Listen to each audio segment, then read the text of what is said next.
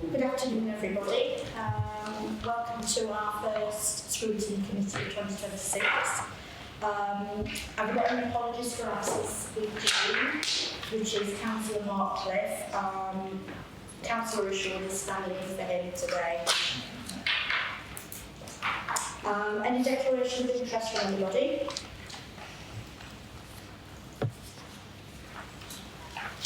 I'd just like to draw our attention to the minutes of the last meeting, which we've got a copy of. Is everybody happy with those? Move them, Chair. Right, okay. Have we got any public questions at all? Any questions on this occasion? No? Yeah, and then we can now move on to our budget savings proposals, and I believe it's Councillor Wilson, if you want to open things. It's not working. I don't think they've been switched on. Oh, right, okay. I'll share. Okay, well, good afternoon, everyone. Really, I just wanted to briefly introduce this report that went through Cabinet on Monday. Basically, just to lay out the main kind of reasoning behind the report, what it's all about. Basically, this report, which will our Director of Finance, Mark Kenyon, will go through in much more detail than I can at the moment, in a few minutes. But basically, it's an update to our medium-term financial plan, which is a financial plan over the next 5 years. But also, it puts a particular focus on the next financial year, which starts in April, with a view to basically starting out where we believe the council will be in terms of its operating revenues and expenditure, forecasting various allowances for inflation and price pressures and also service pressures, and then obviously making lots of assumptions in terms of revenue streams and so on. So I want to emphasise that it is basically a prediction almost to a certain extent. It's a forecast, but what that forecast then does is look to see whether there's any gap in our funding, and if there is a gap, which it does, as Mark will allude to in a few minutes, how we propose to fill that gap. And so basically that's what this proposal is all about, really. It looks at the savings that we're proposing to fill that funding gap, which comes out at just under 22.4 million. So without further ado, I'll hand over to our Finance Director. Thank you. Thank you, Chair. So you remember I came to this committee in December to give you a bit of an outline of where we are in the current financial year, and also the assumptions around next year's budget to some degree. We obviously were waiting for the local government finance settlement. Came out just before Christmas, not that long ago. A big thing around this year's finance settlement was the fair funding review that the government have undertaken during the last financial year, which basically looked at the funding formula around how local authorities are funded.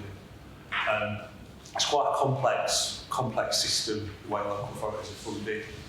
One of the factors that they introduced in the new financial year was merged quite a lot of specific grants into general grant, which meant that looked like we had a lot more money, but in fact we hadn't had a lot more money because we already had that money, but it was within the cost of services, if that makes sense.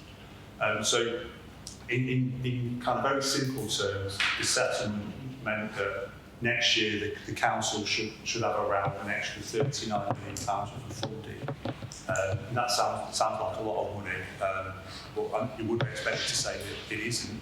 And that assumes that of that 39 million, about 29 million of that is an assumption around council tax. So that's an assumption around the maximum level of increase of council tax by 4.99%, and also an assumption around the council tax base as well, increasing by 1.6%. So that the remaining balance of that grant is really around some specific grants, particularly in children's services. and there was some money that was merged into general grant as well, which is quite difficult to track because of the nature of how the funding formula works. So from a funding perspective, that's an overall assumption. There's some risks around that because we are currently receiving the council tax base increases at individual district levels, so there's a risk that base increase will be less. So just so we're clear about what that actually means, there's an assumption around the level of Band D properties across the county in terms of council tax, and that is your council tax base. You use that then to multiply it by your Band D rate to find out your council tax income as a county council. So that level of council tax base is important, and obviously the stronger that base is, the more council tax income you can generate. So that's a very kind of high level funding position. In terms of financing, in terms of what we use that money for, as Councillor Lawson says, the report sets out a medium-term financial plan, particularly focusing on next year. Some of the highlights in next year's budget in the paper you've got in front of you.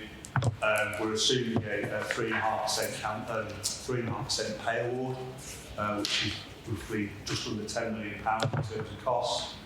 As I mentioned already, quite a lot of ring-fence grants have been merged into general grant, which creates quite a confusing picture.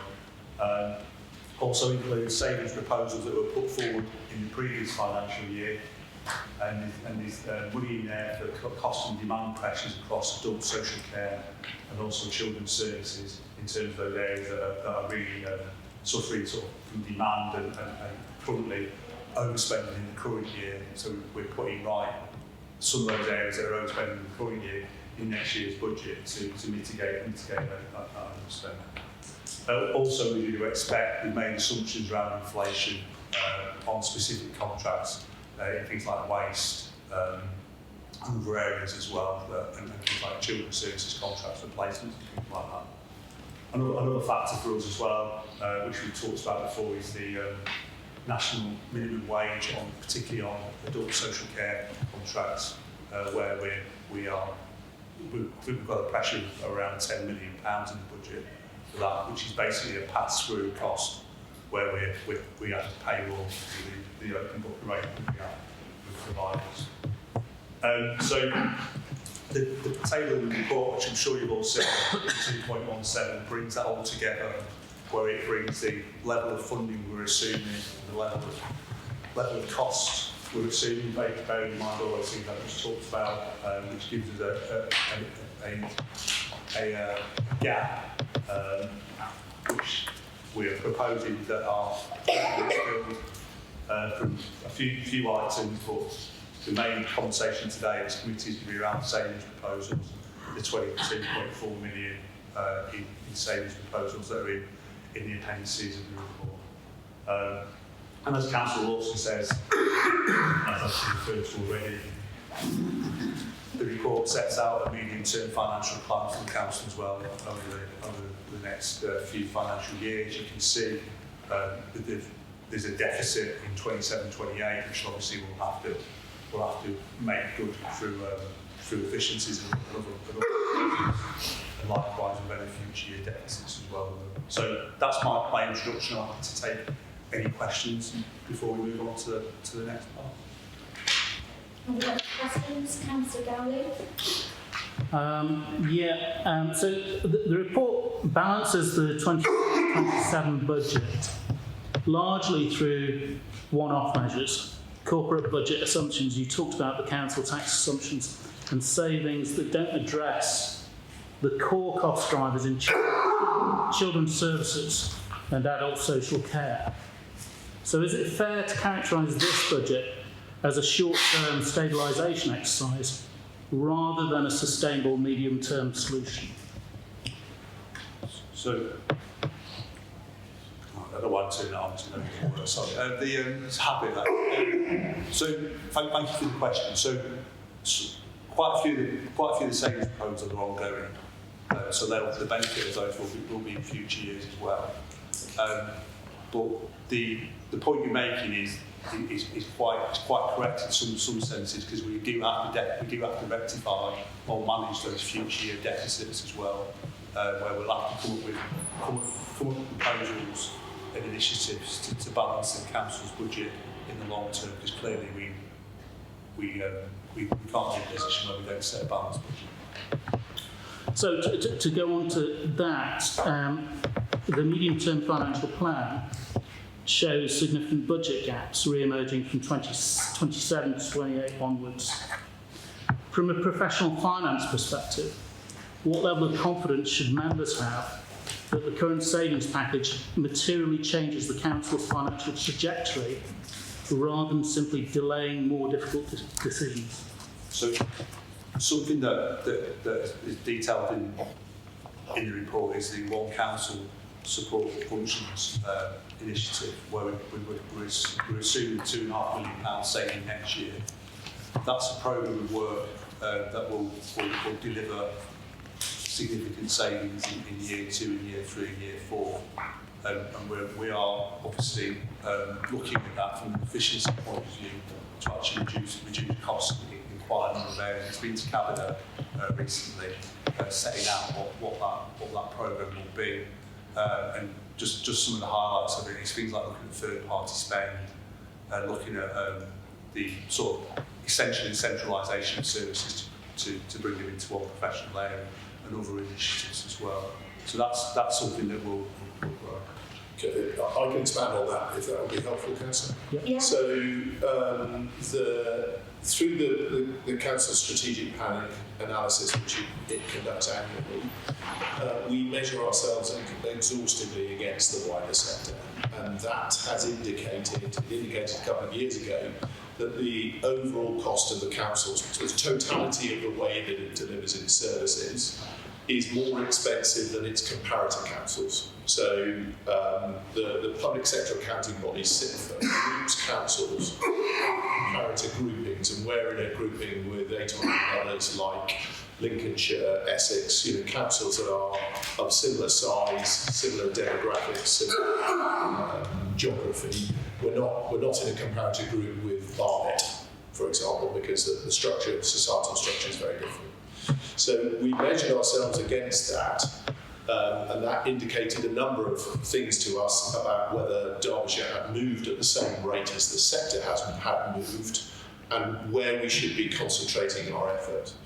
As Mark has indicated, the answer to that question and the net result of our addressing that is the Council's efficiency programme. We did a series of detailed analyses of our operating model at the start of last year. That produced a set of recommendations which were agreed by the Council's leadership in April. We paused them because obviously there was an election. They were briefed and outlined to the Cabinet shortly after the election. We explained to the Cabinet that what we were then going to do is analyse those further in terms of practicality of implementation, and we would come forward with a recommendation of what we should do, which we did prior to Christmas. And that recommended that we conducted further efficiencies on the Council's overall structure, which has the potential to release between 38 and 42 million pounds of revenue costs by adjusting the way the Council runs itself internally, by measuring itself against what best practice in the sector is and following that insofar as we can.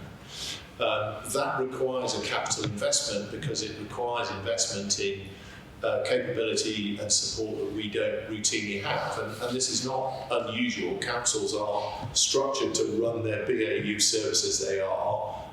They have a certain amount of capacity to do continuous improvement. But if you want to do a substantial change, you kind of got to buy in the capability to help you do that. And you've seen this reflected in other places in the sector when councils announce they are spending X million on consultants. So our assessment was that the capital investment cost to release that 38 to 42 million pounds is around 5 million pounds. That was those recommendations went to the Cabinet before Christmas and supported by the Cabinet. So we're currently in a procurement to procure a strategic partner to support our ability to do that. Once that strategic partner will be appointed by the end of this financial year, We will then enter into a more detailed implementation design stage, which lasts about 17 weeks. And then we will be into the changes in service structure, which release that 38 to 42. As Mark's indicated, in the next financial year, we've put a fairly modest 2.5 million in the budget as an assumption as part of that 38 to 42. But then, so to your point, are we just rearranging the deck chairs or are we solving the problem? We're absolutely solving the problem. That's the route of doing it, but the larger amounts come in subsequent financial years, as quickly as we can deliver. It all sounds very promising, and I don't want to appear cynical, Heaven forfeit. but from your experience, Yeah. how often do savings of that scale that you talk about, 30-odd million, on corporate budgets deliver it in full, on time, without creating pressures elsewhere?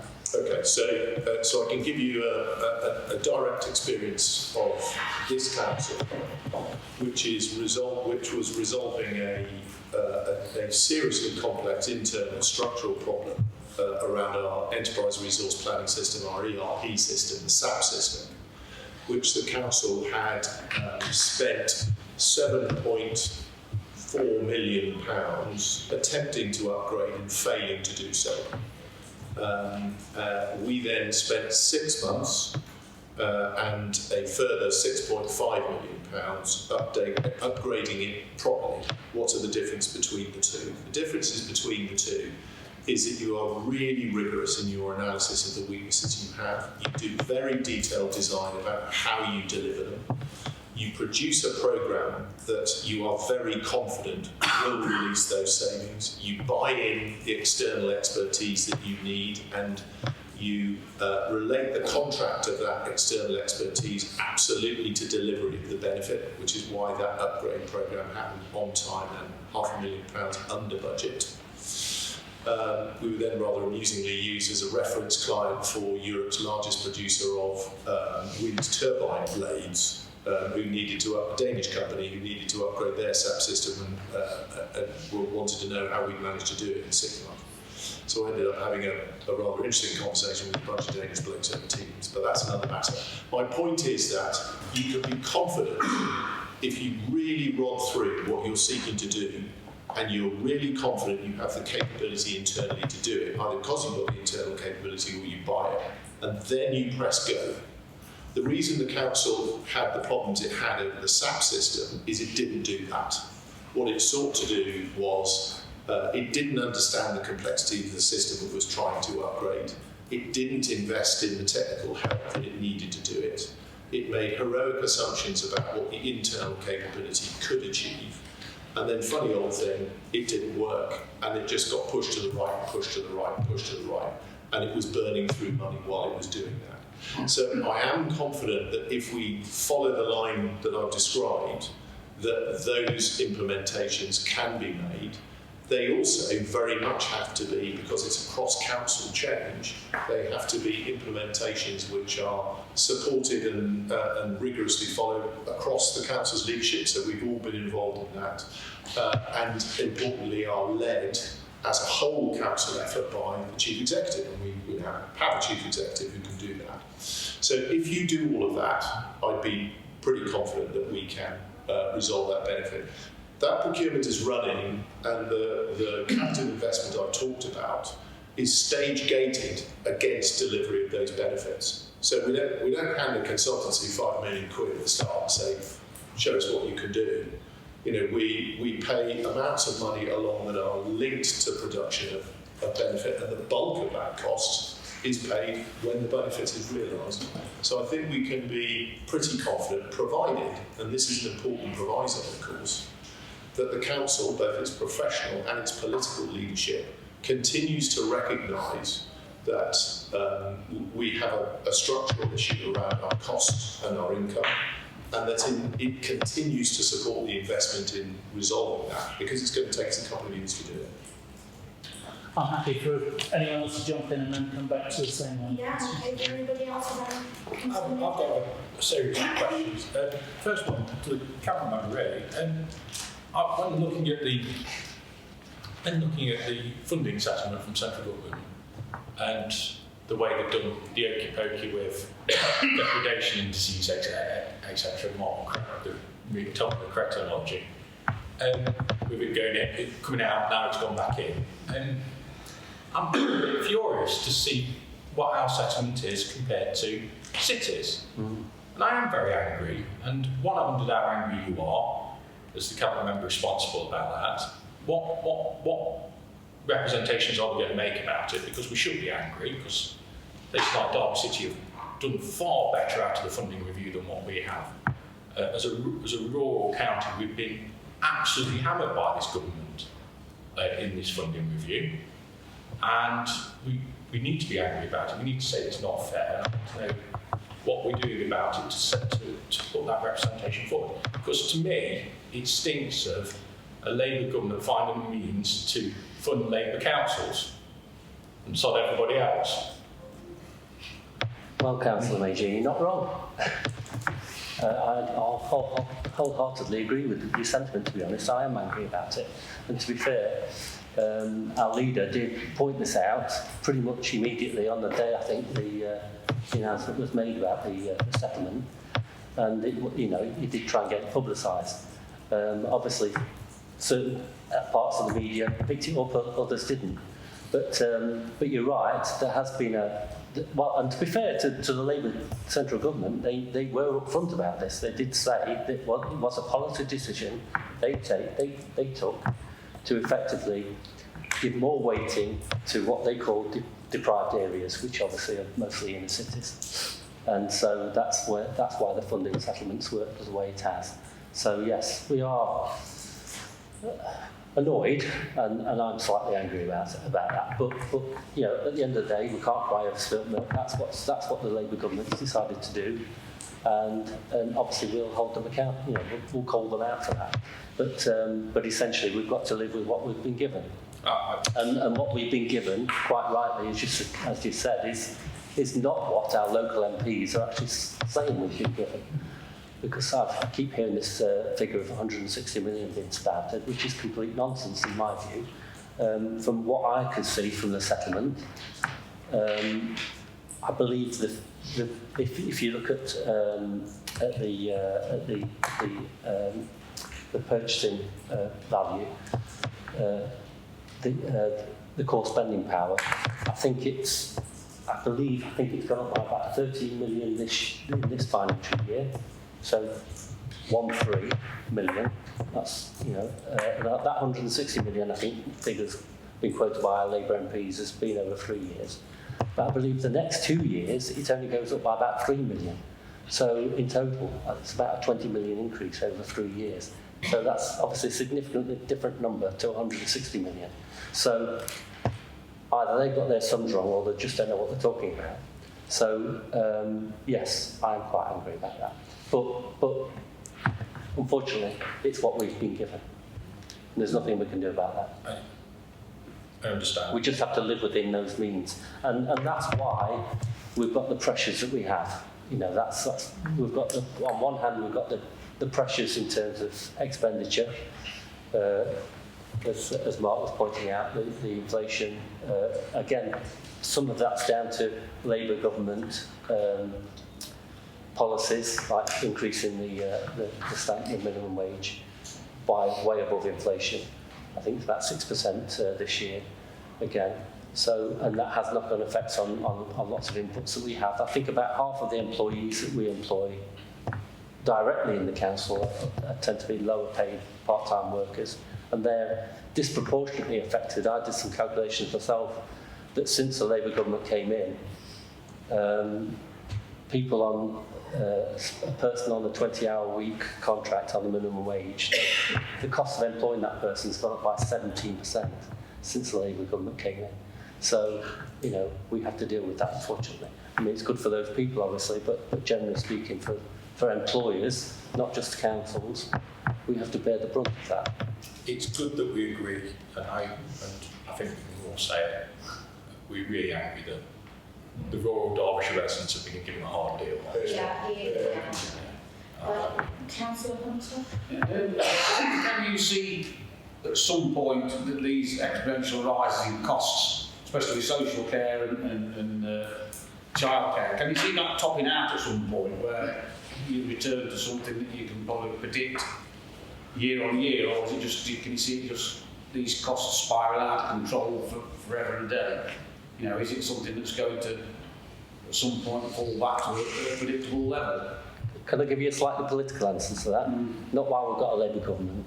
No, unfortunately, because the policies, although they're, you know, I think the you know the decisions they're taking, the policies they're making, come from a good place.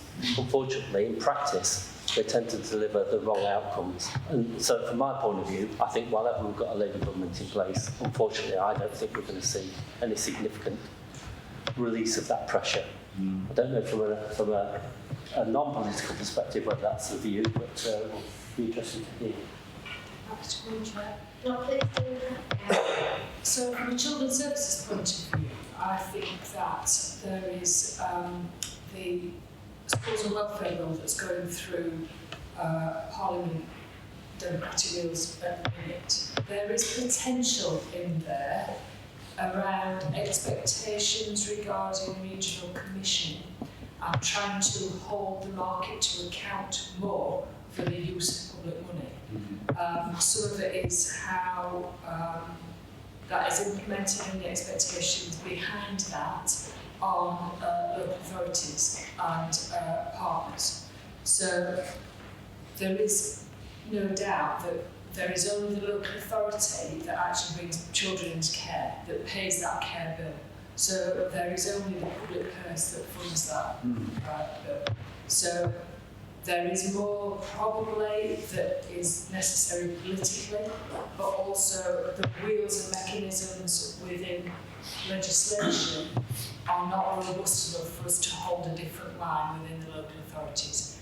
I'm not saying the welfare bill will do that, but it does actually speak to the findings of Josh McAllister's review from 2022, which said that in order to do certain things, these are the things that need to be put into the legal mechanisms as well. And the welfare bill is aiming to do that. It just strikes me that the finances are sort of chasing the rainbow, where there's things are in place that the council has to do, but there's never enough funding to do them, which is obviously sort of state. Welcome to local government. Stating the obvious, but you know, there's obviously nothing you can do about that. If you're obliged by law to do these things, you need to do it, I suppose. Yeah. Councillor Gowling? Just to follow that up, can I ask Mr. Kenyon, we've heard that there are potential cost savings in the welfare bill. Are any assumptions in this year's budget dependent on those potential savings in the bill next year? No, there isn't. So basically, we've looked at the pressures we've got at the moment and forecast them going forward as well over the next financial year. Okay. So several of the savings proposals deliver relatively small cash sums, but carry high delivery or reputational risk. How does the finance function assess this trade-off between financial impact and political or service risk when you're advising Cabinet? Perhaps Mr. Henning might want to jump in there as well. So, Chair, I don't know if it'd be helpful because we have got a plan to go through the. Well, I was just going to suggest that I thought the understanding was that everybody said their piece, you guys, and then we come to the questions afterwards. Yeah. So if we can stick to the agenda, I just asked the questions on my. I don't know. That is actually you're all right. So shall we go back to? I do have an overarching question on it. We'll let you. There's one other. You go first, because you did that out before me, not you? That's all right. Yeah, can I just go back to the efficiency improvements programme? And you said bringing in consultants at the moment, there's a procurement exercise underway to find the right consultants, and they'll be engaged by the start of the next financial year.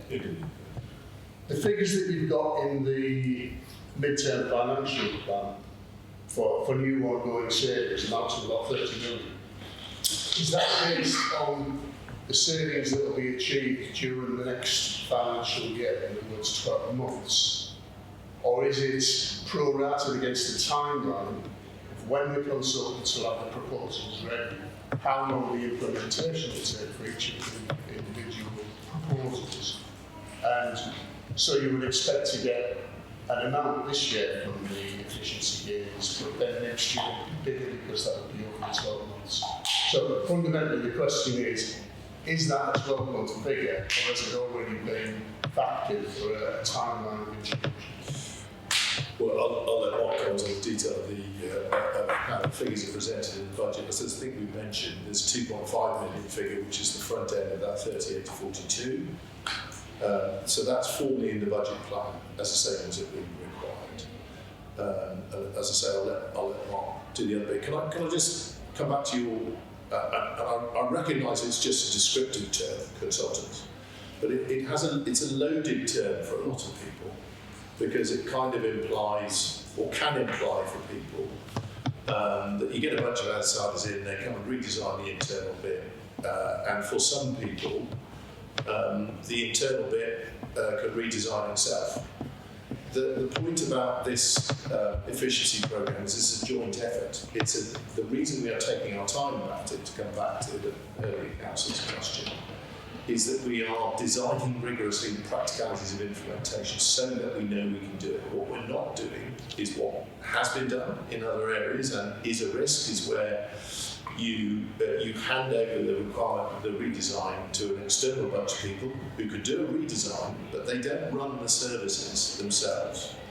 And the reason why the example I gave to you earlier was successful is because that was co-designed, and it was owned by the people that run the services.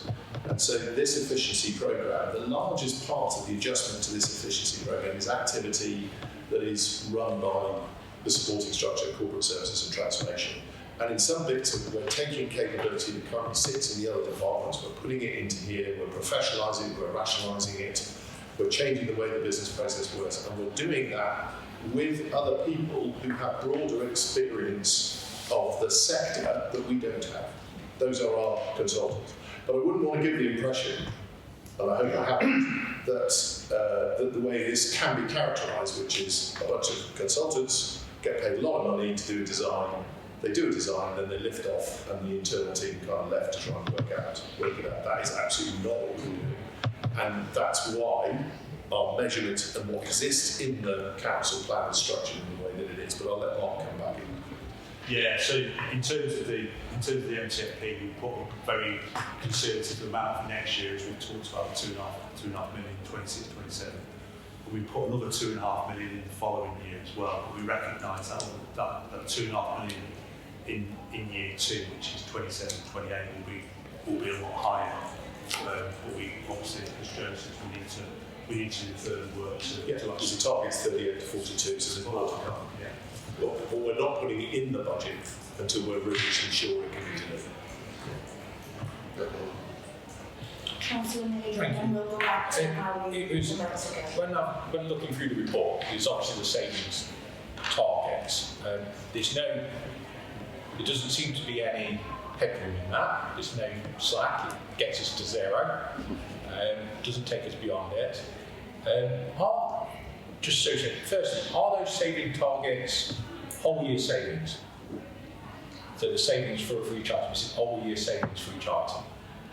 It depends on the particular saving proposal. So some savings proposals will require consultation and more work in the new year before they can be implemented. Yeah. Which means a part year. And then so some of the figures are part year. Yeah. Right. So there'd be the 4 year saving. Because I was deeply concerned that we've got this list of savings. I look at some of them and think they'll take a little while to achieve. They will. And I've been around here for a little while, and I know that some things that take a little while to achieve take a very long time to achieve. And I was a bit concerned that there was a lot of risk in the budget that they wouldn't get achieved in the year, etc. Are you satisfied that the delivery time frame for each one of these savings will deliver? Yeah, so it's something or the full savings of the year, because there is no wiggle. Something that we've gone through as a management team around the sort of rigour around that value. As I probably mentioned before, we've introduced a program management approach supported by the program management office around the delivery of the savings. So it's something that we closely monitor. And as you probably know, in the current financial year, our success rate of delivering savings is very high, and we'll use that approach next year as well to make sure there's a lot of rigour around monitoring and delivery. Okay. I'm happy to go start going through the Mr. Chairman before I start. All right, so we can kind of move on with the agenda then. So can I just ask who's next to speak from our lovely directors again? Yeah, first. Who's on the knowledge? No. Is it Simon? It is me, yeah, sorry, I was just checking that it was me and then checking whether that So, yeah, it is me. Obviously, I think everybody knows who I am. I'm Simon Stevens, I'm the Executive Director for Adult Social Care and Health. So, I will obviously talk to those areas. We have obviously several ongoing current savings proposal activities in place that roll over into this year and some subsequent years, as Mark's already referenced, so I won't talk to those again today because they've been through this process previously. In context of new things, we haven't got any of our proposals that require formal public consultation. So we have 6 that don't require consultation formally, public consultation. And between them, those 6 savings areas total £5 million of whole year savings, all of which are in there for the 26-27 financial year. The first one, is obviously they're in your appendix. The first one is around home care fee review. This is looking to review the fee structure for home care in consultation with the Derbyshire Home Care Association. So this is looking at how we do our fee modelling for paying for an hourly rate to the provider, not to the various providers. There's a £2 million potential savings assigned to that. That might sound like a very large saving. It's 3.2% of the total spend that we have on home care across the county. So we commission 43,000 care hours a week. That's 2.236 million hours, and we spend £62.5 million a year on it. So the saving is significant in terms of supporting the council's savings proposal, but it's a small amount of reduction in cost. We currently pay higher than the average, pay higher than a higher average rate than our regional partners. So we're part of the East Midlands region, and there are 10 councils in that region. We're the highest payer to home care of any of those. That's partly set up because of how we set it up over the course of time. We have some significant challenges procuring home care in Derbyshire because of the size and scale of the county and the sort of mixture of rurality and urban, etc. We did fairly recently went out and did a new framework opportunity for providers to join and have lots of providers. So we've now got a really healthy marketplace and lots of healthy competition. Our fee structure is different to others, so we think that we can deliver that saving without impacting on the individuals that receive the service and their costs going up, and without impacting on the staff that deliver the services. They're not our staff, but we don't believe that this will impact on the pay they get or the service that the individuals get. So shall I just run through all 6 and come back to questions? Is that what okay. The second one is doing some amendments around our brokerage team. So currently, the brokerage team is the sort of conduit between the individual and the provider. So they sort of help to locate service capacity. They do that for home care only at the moment. And then social work practitioners out working with people are supporting individuals to find residential care placements. We're proposing that we shift that so that the brokerage team do both, and by doing that we'll free up social work time to crack on with social work assessments, and we'll drive an efficiency and see improvements in the ability to utilise and get the residential placements found swiftly and drive efficiencies without redundancies of 350,000 through more efficient ways of working. The next one is around some sort of ongoing improvements around our community support beds. So we're already working with system partners, health partners, as part of previously agreed arrangements to develop much stronger integrated working around our community support bed arrangements. We're already seeing improvements in efficiency and effectiveness that are absolutely demonstrable, and we think that through continuing that work and pushing that as hard as we can deliver a further £1.7 million worth of efficiency by being able to flow people through those services, which are short-term services, getting people through quicker and out with less ongoing need.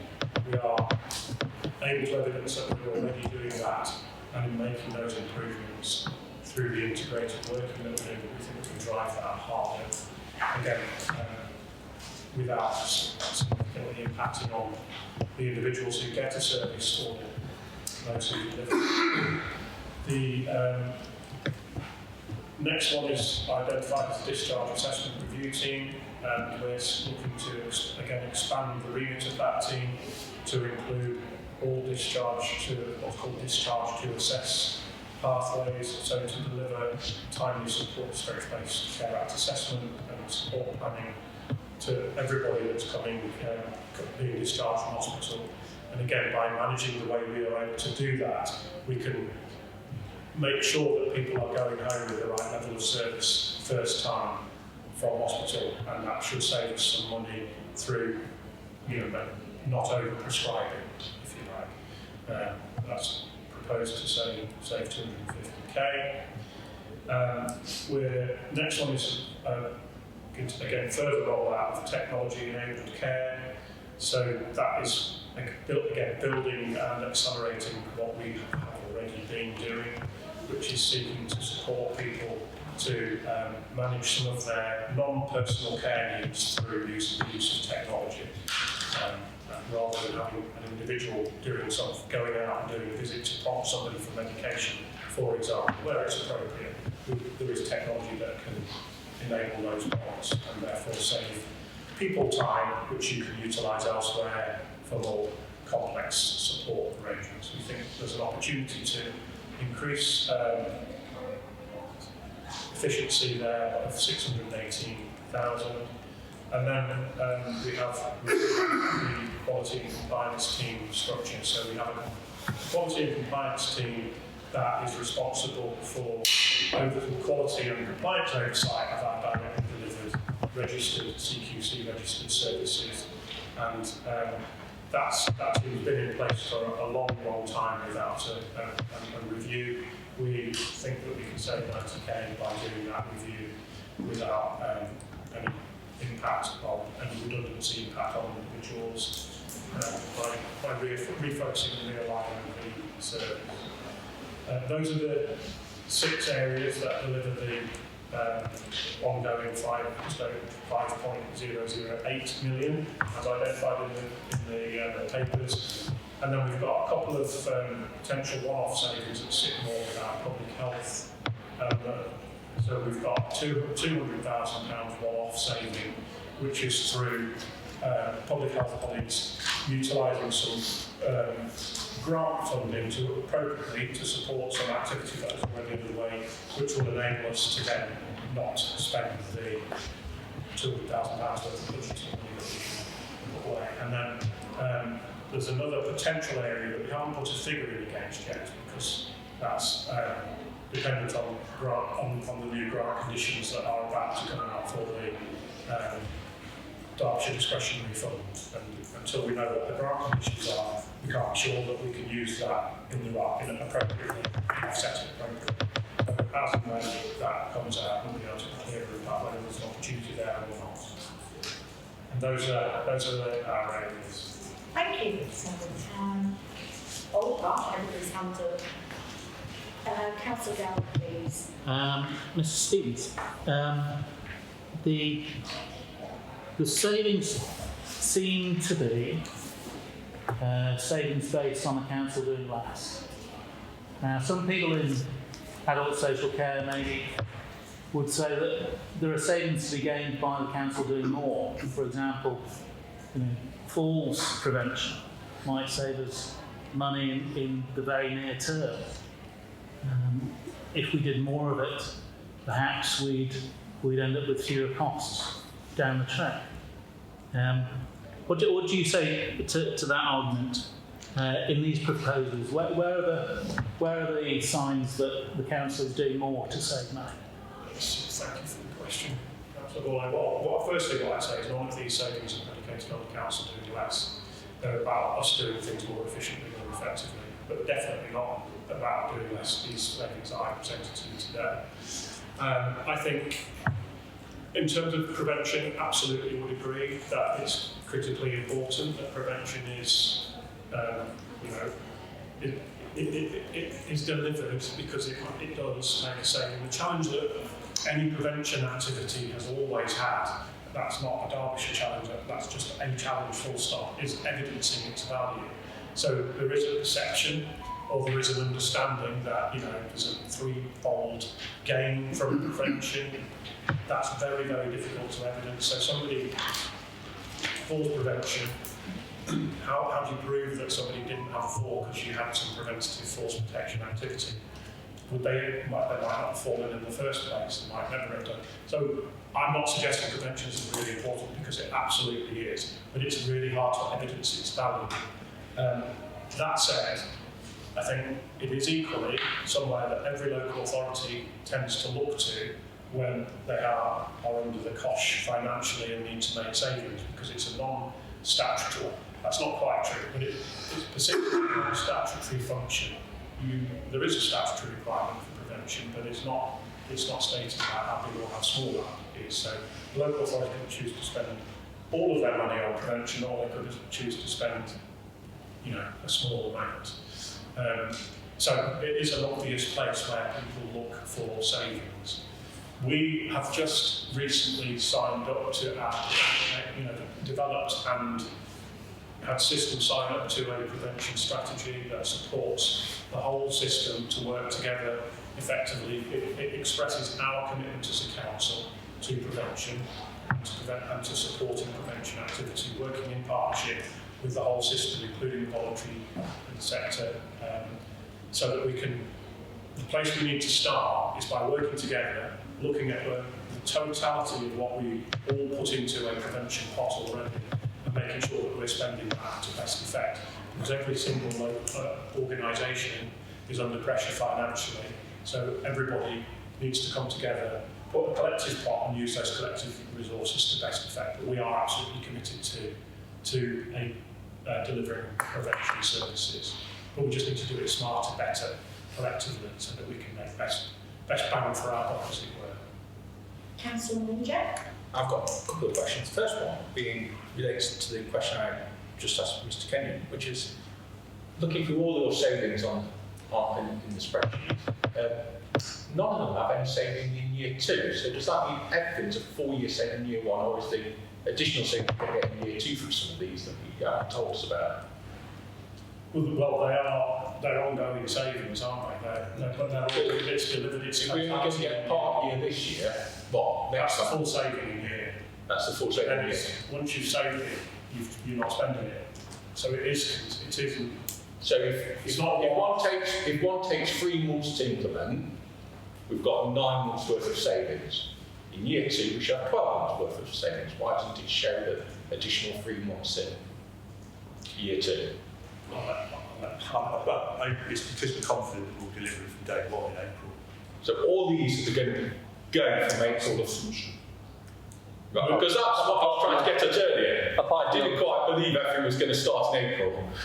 No, but these have been worked up by departments with their senior finance business partner around delivery. And where there is part year in year 1, there is part year in year 1. Well, there is a couple that have done that, but none in adult social care. Yeah, there is, the last one. Adult social care? Yeah, you've got 67,000 delivered in year 1 and 23,000 delivered in year 2. I've just said 0733 year one to me. Oh, sorry, I'm not reading something in an older report then, but I don't know where we're looking. That's I think there's a risk here that we're overlooking. So I would say as well that it is a risk, and I think that departments are very clear. It's very clear from a council perspective that if these savings aren't delivered from day one, an alternative, there needs to be a mitigation put in place. If that makes sense within departmental budgets. But the plans at the moment, where the ones that are full year effects in year one, the assumption is they will be delivered straight away. Yeah, because I'm right in thinking if there was a part-year saving, there should be then a saving in the next year's part. To increase it. And there isn't that. So these are things that are going to happen from April, as far as you're concerned. You make budget balance, otherwise the budget doesn't balance. Sorry, Chair, right now there's an additional point. Just because it's going to happen in the next year doesn't mean it's all going to happen from the 1st of April. So, for example, there may be a policy change that takes place 6 months through the year, which creates the entire saving, and then that saving replicates the next year and next year after that. Yeah. But things like different way of delivering rehabilitation beds isn't going to be that type of thing, is it, Chris? I won't go into what as we come to see in place, there are, there's a clear staging across the Yes, and that brings me on to another thing that I just find odd. How can you have a shorter stay and better rehab? It's like,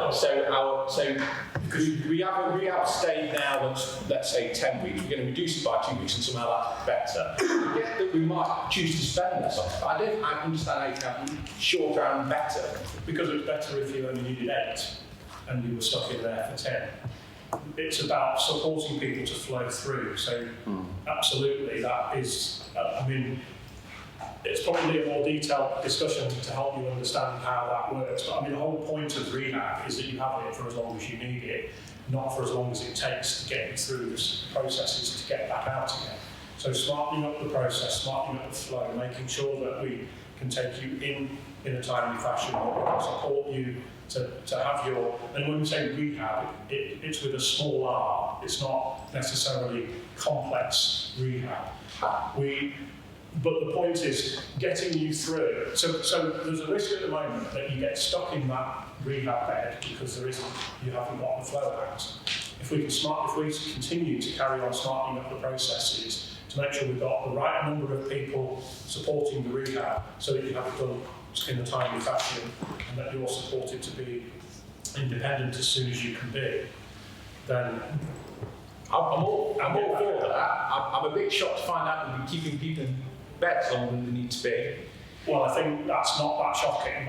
That's how it's been for a very long time. I get the hospital point, which is a different one, but in our beds. The hospital point isn't really any different, actually, because it's often the people that are stuck in hospital are either stuck in hospital because they can't get the equipment they need quickly enough, or they're stuck in hospital because they can't get the social care support that they need quickly enough, or they're stuck in hospital because there's a risk-averse approach to supporting them to be medically fit to discharge, and the desire, they can't get a care home placement, or family are. Interesting.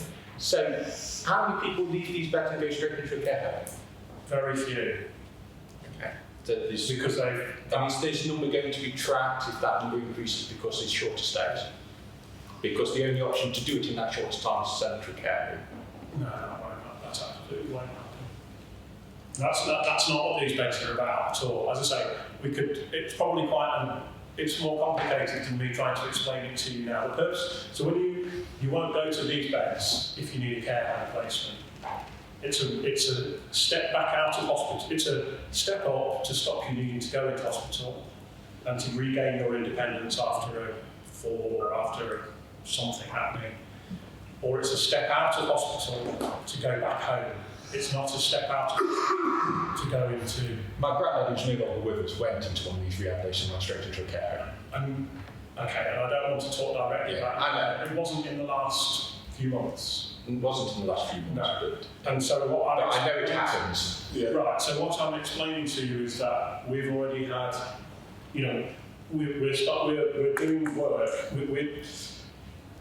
We've changed our modelling of our operating model around how we utilise our care home beds. That's very, very, I want to get into a big debate about that today, but clearly we've shifted our position in terms of what our direct delivery is about. So we're moving away from long-term residential care, and we're using our residential standard long-term residential care, and we're using our residential bedding stock to do two things. One is to provide specialist dementia care, because we know that's where there's a gap in the market, and the other is to do these community support beds. And to do that, we've run some community support beds for a long time, as I'm sure you're aware, but we're also changing the model of how we deliver those. So we're moving from having a mixed model of operation inside a care home, where we do long-term care, we do short-term respite, and we do community support beds, which is not transpired to be the most efficient way to do it, to having solely community support bedded units, if you like. So the only people that go through that service are people that need short-term service. So no confusion about what service type you're getting, a clear staffing structure that you can build around that then. And then on top of that, we are entering into this partnership arrangement formally with a health partner, TCHS in this instance, so that they're providing the rehab, we're providing the care facility, providing the staffing, the care staffing, and we're working. So instead of running parallel, which is what we were doing before, possibly in your relative's time, in a mixed model service where it wasn't as efficient and effective as it was, and people therefore weren't getting the service, the most optimal service. We're shifting into where we're moving to now, is to have a single operating model, fully properly integrated care and health support that can then deliver the service in a much more efficient, timely and effective way. And if you want to look at the detail, I'd suggest that anybody to go and look at Benelli, which is where we are doing that and where we are able to demonstrate, which is interesting. I'll look to go and we can provide you with the evidence of the improved flow, and that's what this is about. So it's in rehab out in a timely fashion, and making sure that that rehab is as effective as it can be, so that you are going out as independent as you can be. Yeah, it does concern me though, because it comes back to the point Nigel made about prevention, is that we've taken £1.7 million out of rehab, which we could use to spend on other people getting in rehab and keeping them out of a care home, or prevention, like falls prevention, that we're removing £1.7 million from rehabilitation, prevention of future care need, well, it's the same thing. It's not to gain a short-term gain, but it may, in the medium to long term, have a negative impact in terms of the council. So, with all due respect, it genuinely isn't taking it out of community support beds. It's ensuring that we're delivering a sufficiently efficient service that we can spend less money than we would do if we were less efficient. So increasing the flow. So there's a constant chain of people. If you're providing an efficient, effective service, not only are you supporting me to go in a timely way to be rehoused most effectively and to go back home as quickly as I possibly can. Once I've gone home, you're opening up the space for somebody else to follow through. So you can flow more people through. That's part so of it. So there isn't somewhere else where we could spend £1.7 million on other rehabilitation or preventative programmes that would actually save us money in the long term?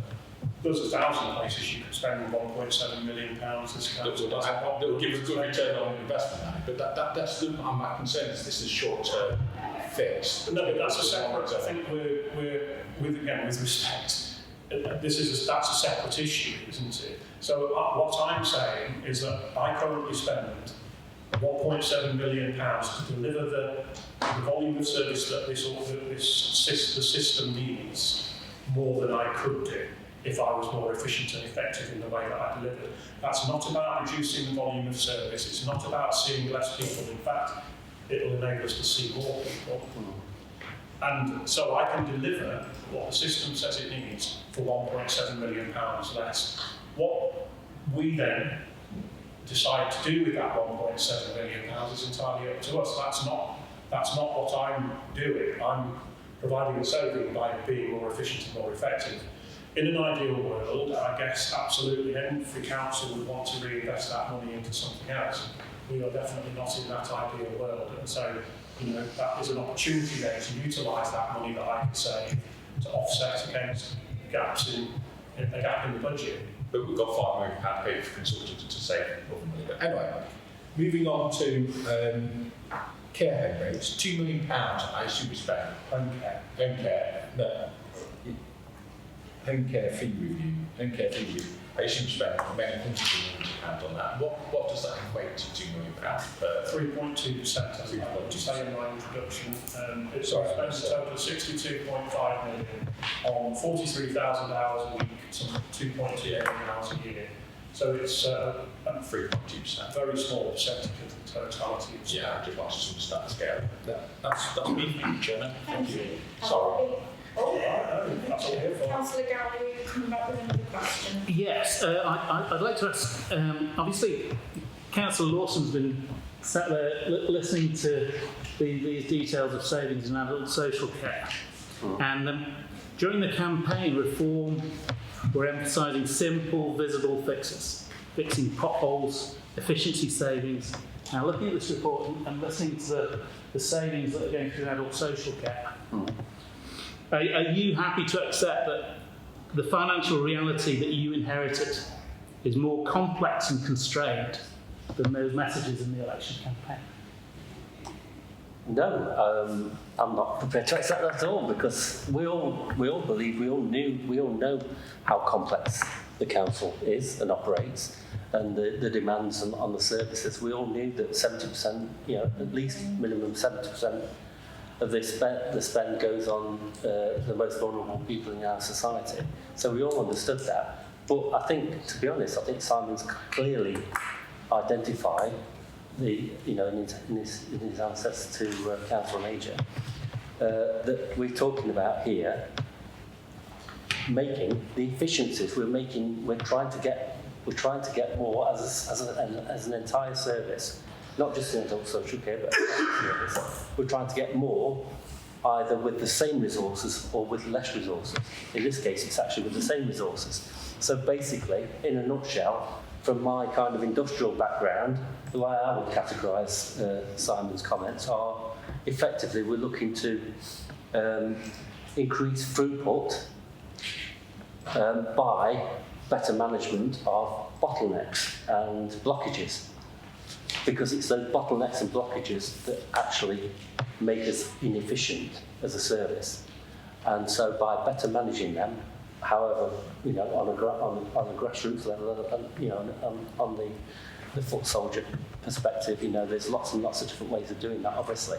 But by methods and means that Simon and his team have identified, they've identified small changes that can be made, in some cases big changes, that basically increase the throughput of service delivery without compromising on quality.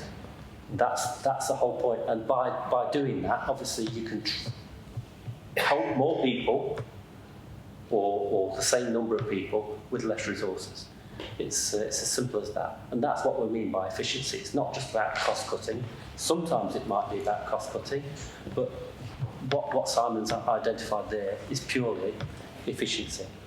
And by doing that, we can release those resources either to do other things or to divert to saving.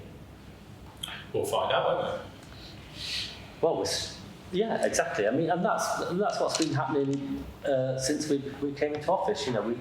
We've taken the plan that we inherited and allowed, and helped officers deliver that. I mean, I don't know how much we've helped, but we've tried to do as much as we can. We've let them get on with doing what they do best, which is delivering the service. And it was a good plan. I'm not suggesting I've never said anything otherwise.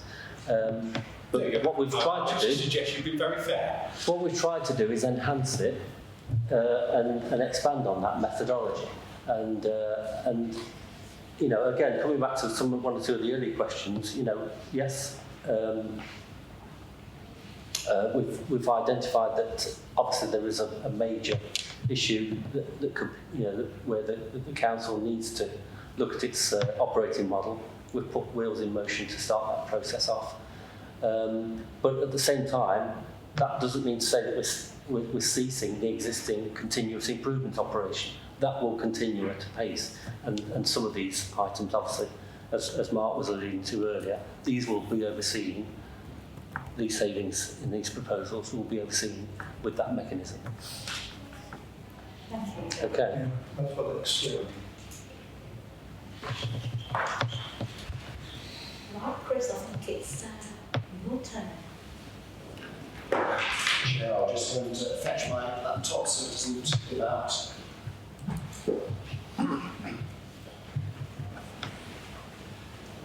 And like Council's Chair, I do apologise in advance. I'm suffering from the lurgy that many of us will have had over Christmas, so if I break into coughs or... You should warn you before you start eating, shouldn't it? She was kind enough to get you advance so which I now managed to get through, but I do apologise in advance, Chair. It's fine. I've dropped to go fetch. That's very kind, but If she's topping up, I'll go. I like to see that it's two women in the room who offer that, certainly, that's brilliant. So, I'm not going to direct sound. there we go. So, colleagues and councillors, thank you for the opportunity to do this. I speak on behalf of Place Department. We have brought forward this year 5 savings, 4 of which are specific and 1 of which is more general. The majority of the savings fall within the waste area. That's hardly unexpected. The waste area is the absolute majority of the budget that we operate. I think it's important before I kind of dive down into the lines, if that's okay, just a very brief strategy that we approach, because after a number of years where we've been looking at our budgets year after year after year, paring them back, taking difficult decisions, there are very few areas to go. So let's look at what we didn't do to start with. I think it's quite important. One is we protected highways. That's not to say that is to say we will be making significant efficiencies in highways through the transformation programme, where we're looking to reinvest those in the highways network, and I think that's a really important point. It's the thing that our residents see all the time and comment on all the time. Despite what we may have read in the press from the DFT over recent days, we have made significant progress in improving the quality of our carriageways, and we've therefore taken the view that we need to protect that funding in order to support the additional funding that we get into the highways. The second thing that we're not doing is taking savings out of public transport or economic development. Part of the reason for this is we're currently in the process of transferring those functions to the EMCO, the Combined Authority, on existing costs. What we are doing in doing that is avoiding future cost pressures, because there are significant cost pressures built into that, but those pressures will be going, and so we're not having to deal with that. So we haven't put forward specific savings proposals there. So where have we targeted? We have targeted waste, and I'll come and talk through those issues as I said, the bulk of the place budget. Because even though waste is very much a statutory service, we look after dispose of waste rather than collection, the way in which we do it is discretionary. So quite a lot of the time. So we can make changes and look to make changes so that we can influence that to make that more efficient. So within that then, I'll look first at the proposals which are expected to require consultation, and I'll come back to that point about consultation because it is important. The first is the major one, and I absolutely expect to have discussion about that around this table, which would be the kind of closure of the Gloucester waste recycling centre. We operate 9 HWRCs across the county. All districts and boroughs have one, apart from Highfield, which has 2. This would lead to a saving of 360,000 split over 2 years to cut the majors earlier point.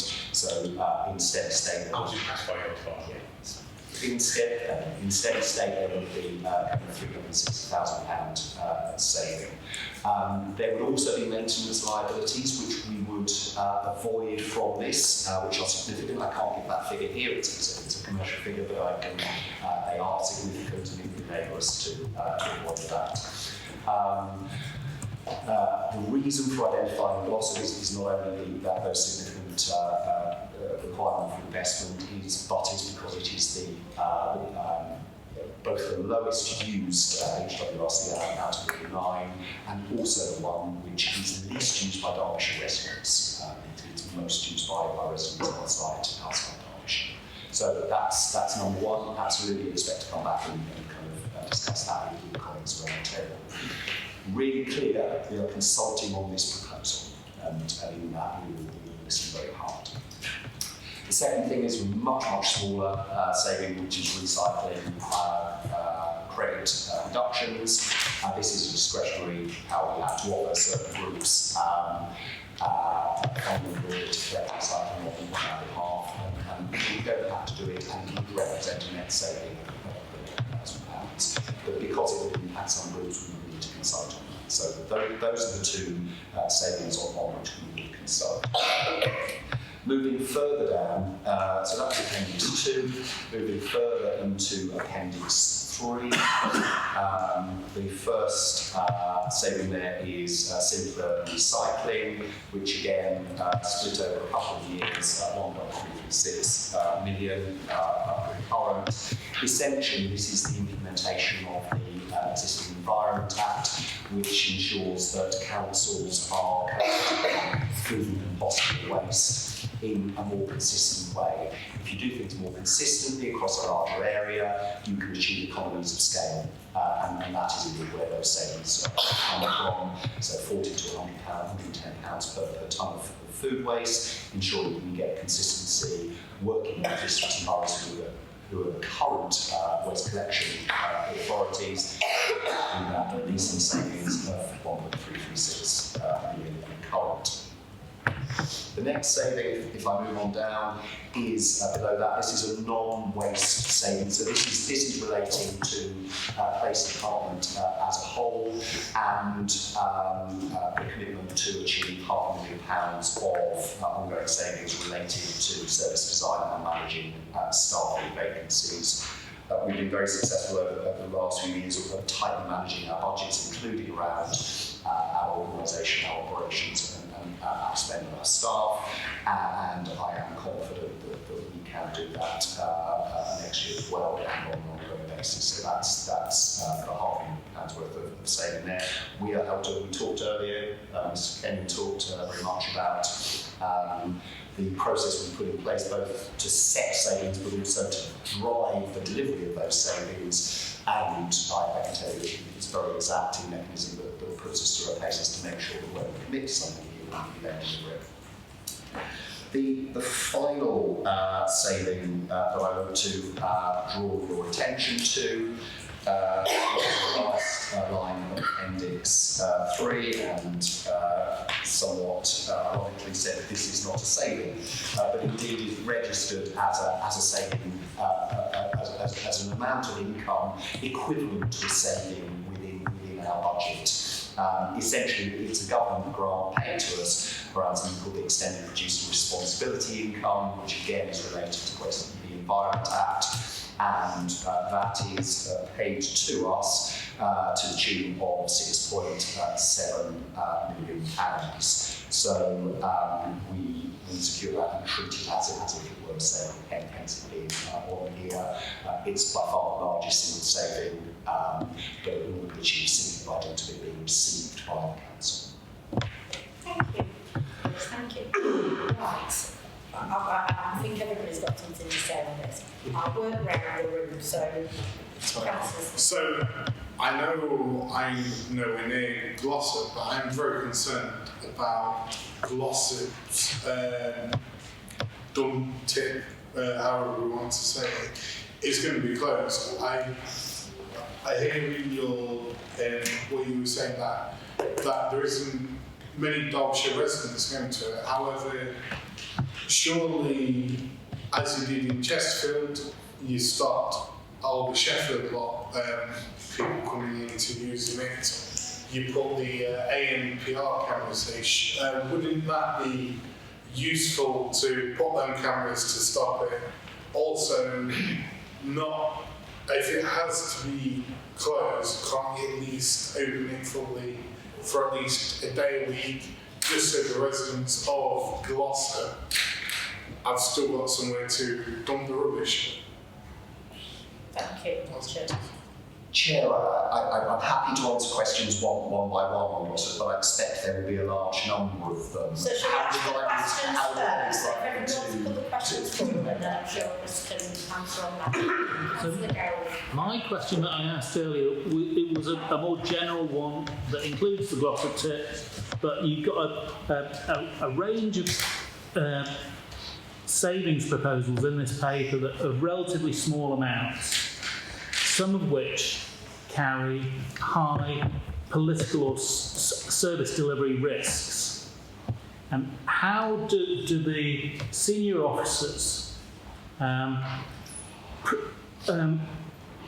present those reputational or service risks to cabinet members when putting forward proposals? Right, so do you want to carry on with the questions or How to carry on with are there any that? questions? I've got just one question on Gloucester. Please do, Councillor May. Is it the thin end of the wedge? Are the others safe? Yeah, but yes, why not get into the Again, it's on the Gloucester closure. How much of an assessment is being done to look at alternative provision for residents in Gloucester? In other words, how far will they have to drive in the Derbyshire to find the next tip or stuff like that? And I have my own question on this as well. I mean, we need to look at the bigger picture of how much it would cost once flight tipping starts and the possible, problem with and cost thereof, what closing the tip may create. So that's my question. Anybody else? Jason, I know you Questions on the right, but Right, let's do this one. I've already submitted these questions through Carol, and Okay. we're already given scrutiny here now. Well, I mean, then they're on record, aren't they? Okay. You may want to take out a pen and paper. So, core rationale behind this. Is the specific problem proposal solving revenue savings, or are there alternative ways of running it more efficiently? That's number one. Was the official options appraisal completed? Can I see it? Which alternative models were considered and why were they discounted? Were access coverage and place-based need and high peak explicitly weighed?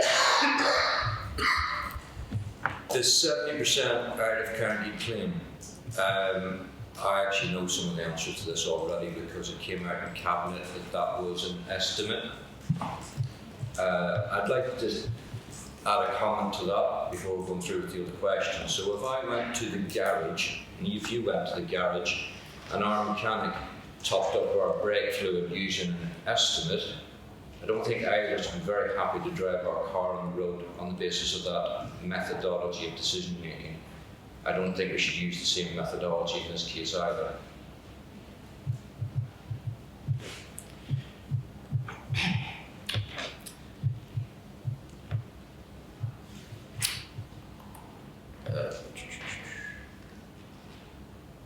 Okay, so you make the least used assertion.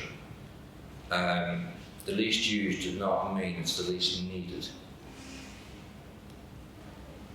So I'd also like to know what's the throughput of the tonnage and visits of all of the household waste recycling centres. Is the least used in absolute terms or relative to the catchment size and access constraints? Are there any seasonal or layout-driven factors affecting demand? The capital investment, that is quite an interesting one, because I was actually down to the tip site yesterday and spoke to them in person concerning that. And the quite large figure that's quoted for that, from what I understand, doesn't align very well with actually real world needs to the site itself. I'd like a breakdown of exactly what that sum is going to be spent on. Has a safety only or phased investment option been costed? Could works be phased over multiple years? The net savings assumed from the closure over what time horizon in reality?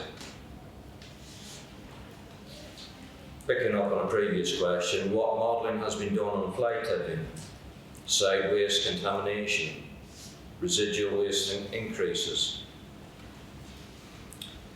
Typical and worst case travel time to Buxton, winter and peak conditions, 30 minutes is banded about. There's roadworks on there today, it can easily take 45. 30 minutes is a very optimal, nice figure. I would contest that above that figure, which is actually more of the real world figure, is not what anybody in this room can describe as reasonable access, because it isn't. Have we asked ourselves the impact on residents without vehicles? So I'm just around the corner from Gamesley Estate. 67% of people who live there do not have a car, so they're relying on a neighbour, a man with a van, someone who's just got some goodwill about them. And that kind of works because the tip's just around the corner. That will not work on an hour or an hour and a half round trip. It won't. Are we taking into consideration the carbon impact of additional journeys? Given the obvious impacts for older residents, disabled people, and those without cars, has a full equality impact assessment been carried out on the proposal to close the Dorset tip? And if so, can you confirm where and when it was signed off, and whether it will be published with consultation documents? Not the only one that needs a drink now.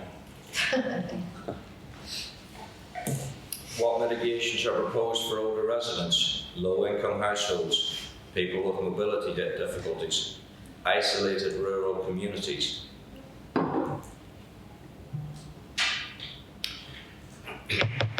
Environmental, expected effect on recycling participation, evidence from comparable household waste recycling closures elsewhere.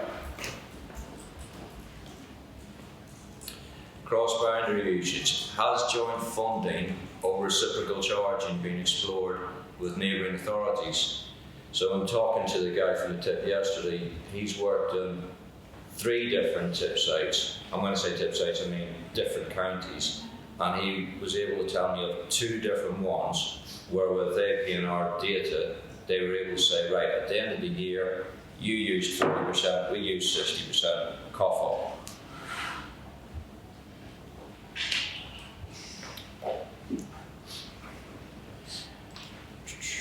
Was a permanent or residency control option formally evaluated? If external usage is the concern, why is full closure considered proportionate? Practical alternatives. Which of the following has been costed and remain viable? Sorry, I'm repeating something a lot of other people said, but I feel it's all good in one.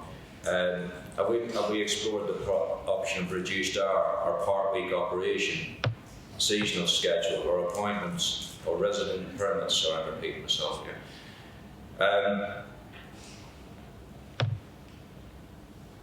Skip that one. Okay. Will residents be consulted on multiple options or not only for closure? Will usage data, financial modelling and the quality impact assessment be published? And what evidence would be sufficient to trigger a revision or a pause? What recognition has there been of the geographical remoteness and access inequality? And how disproportionate the impact will be reflected in the officer's recommendations? I've got several more, but I think that's enough to be getting on. Thank you so much. And finally, Yeah, I was here under the assumption today that this was savings from the administration of the council.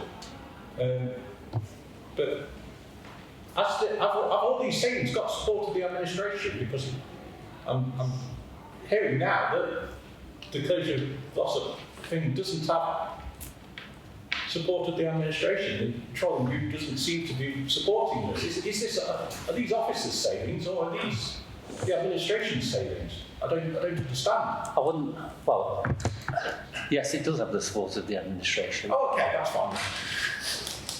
But obviously, it's a proposal at this stage, and yeah, I'd invite everybody to raise questions.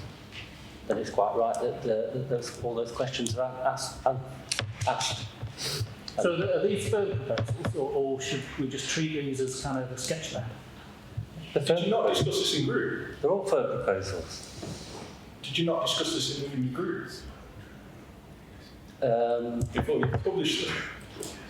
I'd be interested if the officers tell you whether they've presented these proposals to previous administrations and they've previously been rejected.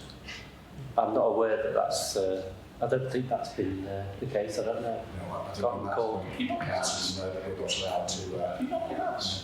I'm just asking. You know. Yeah. I'm here first from the residents. okay.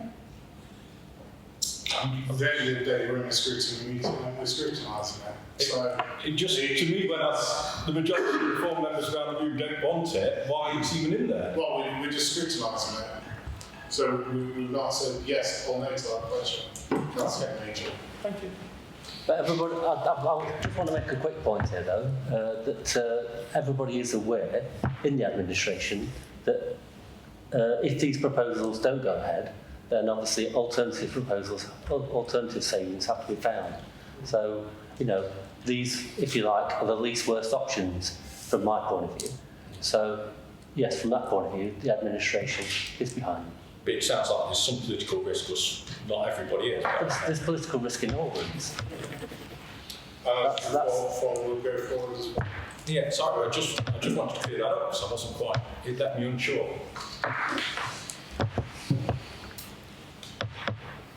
Chris, do you want to answer some of them? Thanks, Chair, and thanks, Councillor. I counted up, I think, in excess of 25 questions there, so I hope you'll appreciate that I won't be answering them in detail. Right. Yes, some of those are Councillor, as you say, you've written to the Cabinet member, and those would be responded to. But what I will do is to give a clearly Councillor Wilson's answer, political perspective, I think, of office and perspective on this, and give scrutiny, I hope, sufficient response that the engagement can move to the next stage.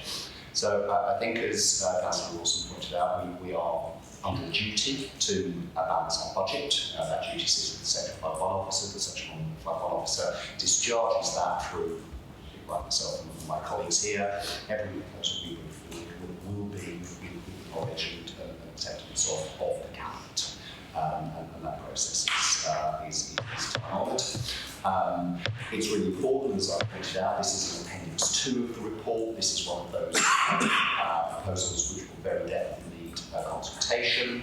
And as we heard very eloquently from Councillor, it's the reasons for that there are a number of kind of quite detailed options, present questions that you need to understand as part of that process of turning these proposals into delivery or not, what the consultation will say. So I have a duty to bring forward savings. Mr. Kelly has a duty to make sure we have a balanced budget as a whole. And if we don't do this, we have to do something else. And I think that's really clear. I recognise from the depth of questions that we've heard, the detailed questions, that there are lots of things that the members will want to see answered about this.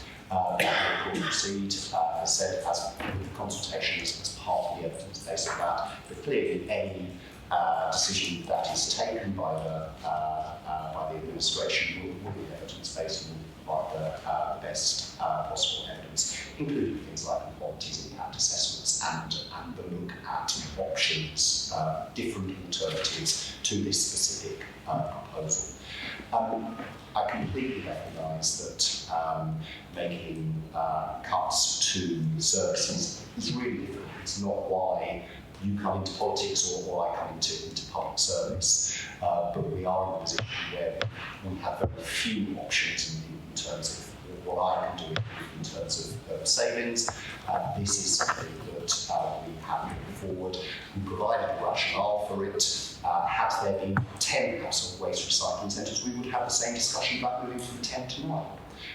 We happen to be that discussion about moving from 9 to 8, and that will always be challenging. We'll always impact people in local areas, but sometimes, as a county council, we have to take decisions on behalf of the county because we have responsibility to manage across that and the budgets as a whole. That's not dismissing or downplaying any of the really important, pertinent questions that have been raised, and it's all of those things we've been working through in order to reach the position where we move from a proposal into an accepted implementation plan. Should, through that process and the consultation, that turn out not to be codified, as Councillor Wilson said, there is an alternative. There are no really palatable alternatives. So that will be the challenge that we have to face. I recognise that I've given a very generic set of responses to a lot of very detailed questions. If colleagues feel that they would like some specific things to be answered now rather than, let's say, in writing, I'm happy to do so. Councillor Galloway. I note that you avoided the political risk question that I set out.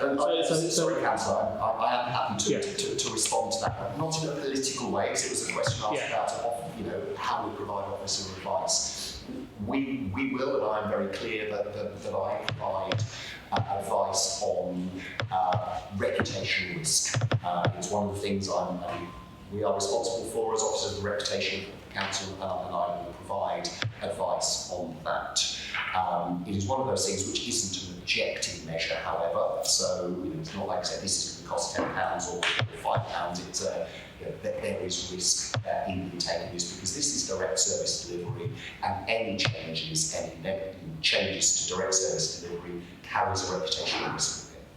And so with reform, I mean, there are no cabinet members who have served in Derbyshire County Council prior to this administration. They don't have the institutional memory, and so they're kind of reliant on officers to tell them, hang on, this is politically radioactive. Councillor, you're on, I can't provide detail of the policy advice presented, but I'm really clear that we provide, as officers, advice on risk, and that risk includes reputations. I am pleased that it is actually going out to consultation, so will that be public in the area? Yes, and we will focus on that. There will be more consultations as well, but largely. I'd like to answer my question, which was, is this the thin edge of the wedge? Can you guarantee that you're ready to say? We have. It will be so it will be closer to one next year. But I am moving forward no additional proposals in order to make. But it could be one next year. I'm not predicting into the future, Councillor Major. At the moment, there are no proposals. So be very tight. Councillor Gowran. Can I press Councillor Lawson again for an answer on are you happy that you saw that this was coming down the tracks when you put forward a proposal to close a tip? Yes, we were, as a cabinet, we were advised that it was a sensitive proposal. So does that answer your question? Yes. Are the other 8 safe? Sorry? Are the other 8 tips safe? Well, I can't. There's no proposal to close them, is there? So, No, I see it. Behave. okay. Nobody wants to answer that question. That's fair. well, nobody's got a crystal ball, have they? And you can't predetermine any decision in that sense. But no, it's not. I'm not minded to ask, request for any more savings in our waste treatment plants. No. And if I just build on that, just to underline, I do understand I have no plans for proposals in that area for members to consider. Yeah. I think it's worth it in addition, potentially in a couple of years' time, we'll be in a local government reorganisation situation. So there will be major changes to the way we collect and dispose of waste. That will be the bigger challenge and opportunity at that time. And just to finalise that point as well, I will always put all services, including waste, under pressure to deliver as efficiently and effectively as possible. That doesn't mean to say that pressure means closing depots, unless there's literally the need disappears for it. But generally speaking, it's all a matter of efficiency, really. Just one last point, Councillor Lawson, which is that it raised eyebrows locally because the local members in Glossop found out about it through the social media. And so it suggests that it wasn't just a tough decision, but one taken without fully working through the political and local implications. And by the sounds of things, not consulting their own group. I can't really answer that. I don't know. I wasn't the cabinet member responsible for that particular proposal, so I can't really answer that question. Councillor Ashwood. I'd be very grateful if you could supply me with the details of the £500,000 expenditure that is needed to bring it up to standards, please. I can't explain the details of that here. We're in a session about air commercial, but as part of the response Thank you. Yes, Chair, can I just ask that any responses in writing circulate to all members of this group? Yes. If that's okay. I've not suggested. yes. I mean, we're all interested, aren't we? Yeah, that's right. Okay. Right, any more questions to Chris? I do, which is around simpler recycling. £1.3 million. I assume that's the reduction in the cost of what we'll be sending to landfill incinerator or whatever we do with it now. How much is that as a percentage of our total waste are we expecting? So a 1.3 million saving, we've got an approximate budget of £45 million to pay for our waste, including So about 3%, just short of 3%. So only 3% of our general waste is food waste at the moment. That's what we anticipate. Or only 3% we expect to save as a result of that. So it's a combination of less waste and more efficient contracts, I think is the important thing. We've got consistency of contracts across the county through the districts, then that is where someone's saving. I do like the concept that we try and be better at disposing of our waste, etc. But I'm always a little concerned that we mess with people's bins. We don't look back as well because we pay an awful lot of council tax for the bins to go into. Can you assure us we're not going to see a situation where we have bin police going around and if we see food waste in somebody's bin, we're not going to collect it? I know we are to charge for collection, that's going to be a first answer, but you've seen no instance of that on the basis. One is, as the expected answer, it's not currently our responsibility. I think the second is Derbyshire is not the sort of place where we operate in that kind of heavy-handed way. And I think thirdly, the bigger story in 18 months, 2 years' time will be about local government reorganisation, how we're looking to reorganise is collection and disposal. And we wouldn't imagine any smaller bins going forward, would we? We're not going to reduce the size of people's black bins. I'm not going to comment on that one. At the moment, I'm not responsible for it. So if I say something here and then suddenly something outside my control happens, it would be an unwise statement for me to make, I think. I know the department's always been very keen to somehow reduce the amount of waste. A quick, just technical question. The 5 million for service redesign vacancy management, how many full-time equivalents is that? 500,000. It's not so much, so average, it's 10 to 15 people, but it's holding 10 to 15 FTEs. So it's holding those posts rather than removing those posts and managing those tightly. So it's not about specific people, but it's about posts they operate in. Finally, it's good news about the extended producer responsibility, which is packaging companies, supermarkets. Within the budget, we're expecting to be extended by 1 year. Is that all it's going to be extended by, or are we expecting further? Or are we just pay for it? It's quite difficult to predict, to be honest. We get an allocation, we just get told an annual allocation and no guarantee of future allocation. So, for example, in the current financial year, we had an allocation that said, don't expect a future year's allocation, and then we were told because allocation in 26, 27. Unless somehow, miraculously, all these companies like propping up, somebody change the way they package everything, the government is going to get this money coming in all the time. So we would like to think, let's just pass down to us, because we're the people that deal with the waste. And that comes probably to, similar to my original question, which is, are we making representation that should be the case going forward, because it is a lot of money that we are thinking danger of the government transferring when really it should be going to us to deal with the waste. So hopefully we can make some representation on that.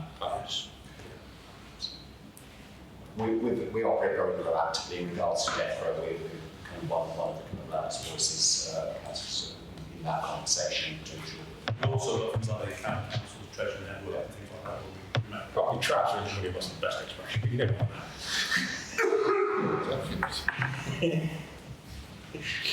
Right. Any more questions before we move on? I think we've just got one final person. Yes. So I suspect the corporate services and transformation savings are likely to attract less in terms of elative questions from members of the committee, but I may be wrong.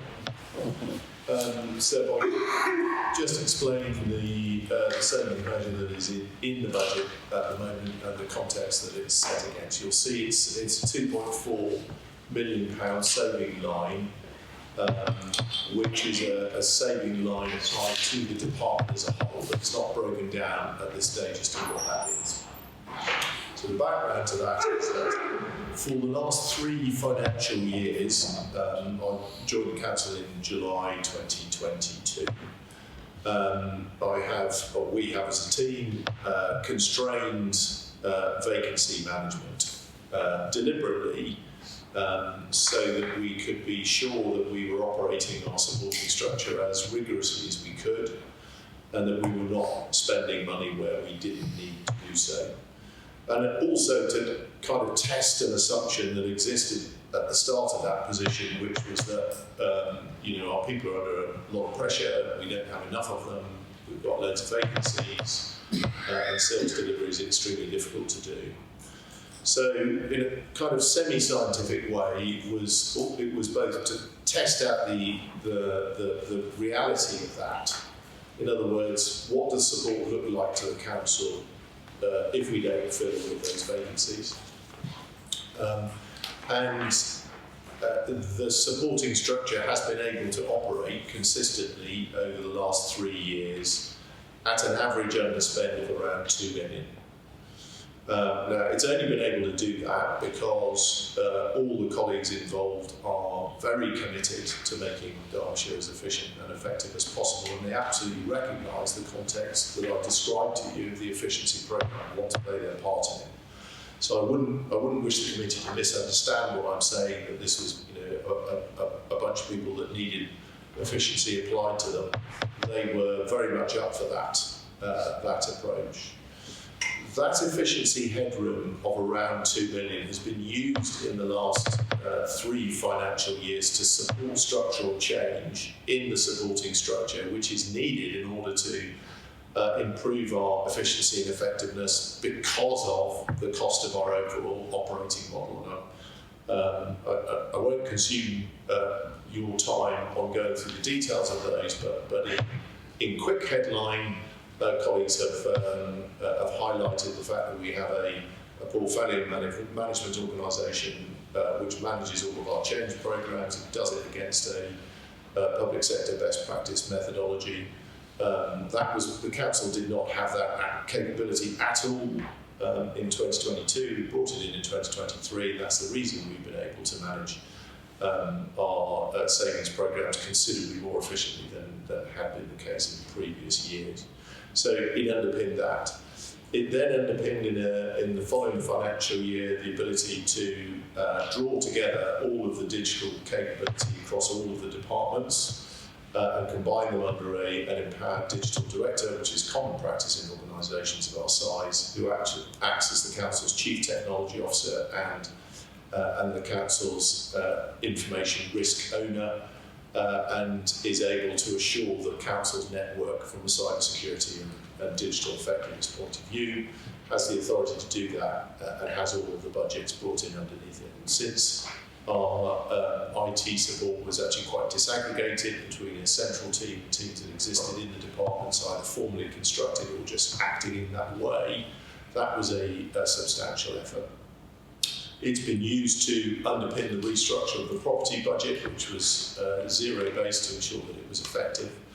And it is currently, in this financial year, been used to underpin the cost of centralising business services roles.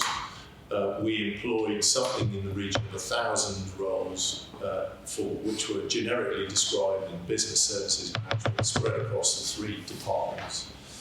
We centralised 886 of those roles as at 1st of April this financial year, along with 13 million of budget cost. And that business services has in this year's financial year savings requirement of 2.6 million, of which they've achieved 900,000, and the other 1.5 is more than 1.5 is due to be achieved by July of this year. So that's kind of the background logic, which indicates there's a resilient underspend in CST of around 2.2 million. So the P9 and Q3 budget monitoring, which the committee may well have seen, will see that CST is currently underspending by about 1.5 million. And in that overall CST budget, the business services element is overspending by 1.5 million, because their savings delivery is delivered in this financial year and next, so I'm very confident that will come out, which means that in fact in this financial year CST is underspending by around 3 million if you add all those together. But there are variable factors across the 3 financial years. So I was very confident that we would be able to take out a proportionate element of cost that we have been using to change the council structure over the last 3 financial years. And so that was offered by us as a saving to support the overall council budget pressure, which colleagues have described and is included in the financial budgets.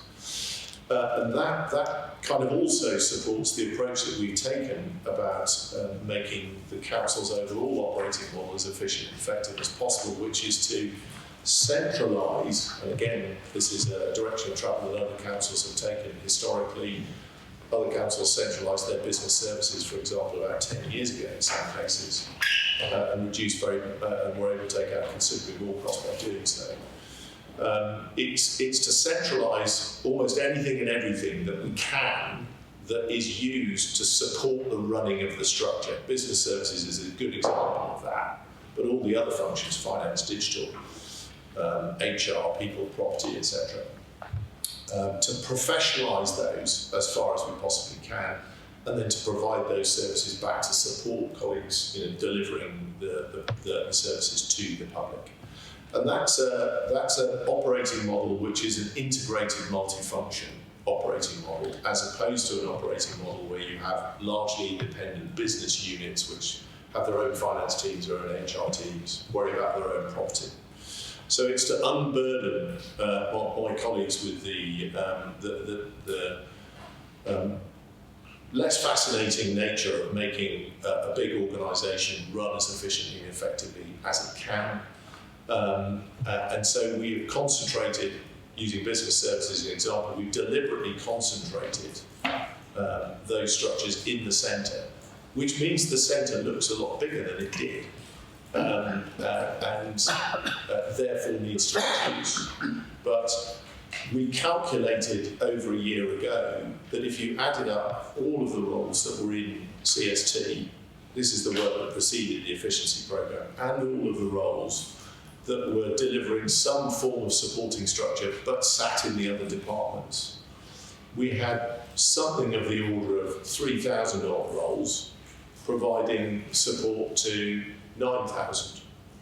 So we had a 3-to-1 support front-end ratio, which is enormous in comparison to other sectors, and really serves to illustrate not the lack of effort by the teams, but the journey of making the council more efficient and effective, and the journey that other parts of the public sector and the local government sector have already travelled. We just happen to be a way behind in a number of areas. And I'll conclude by really emphasising that point. It's the measurement that we've made about adjustments to services and whether we should be able to take risk out. It's been running now for a number of years. The only measurement we're making is against other parts of the local government sector. We're not seeking to outsource our to a commercial HR company that might be offshore somewhere but might offer us really, really low cost. And we're not doing that because, we're certainly not doing it in this stage, because we want to be, two reasons from my perspective. We have to be certain that we can support an organisation like a county council which provides all the services that it does. And so our best and most resilient evidence to that is to be able to do what other councils that deliver exactly the same services that we do at exactly the same scale, or in some cases bigger, have been able to achieve. Because they can do it, why on earth can't Derbyshire do it? So that's the measurement that we're using. When I give an example of people centralising their business services 10 years ago, Essex County Council would be a good example of that, and they're larger in scale than we are. Although there's a lot of scepticism internally about whether this sort of thing can be done. So that's the purpose of that's the rationale behind the saving element.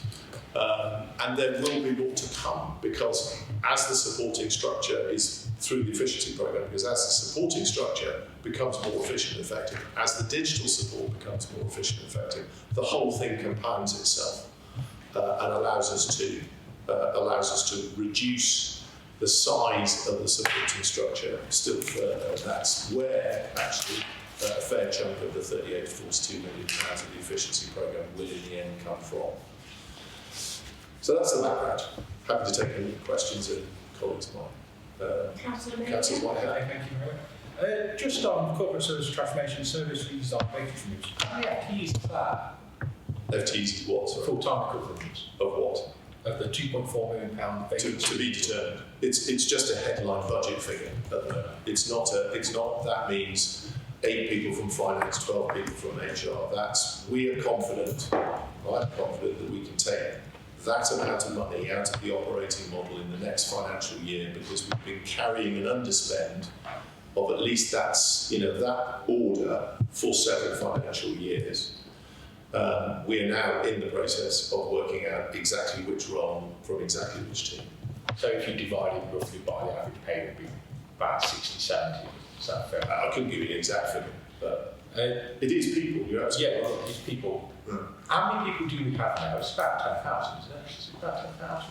Depends how you count it, whether you count it as headcount, roles, or FTE.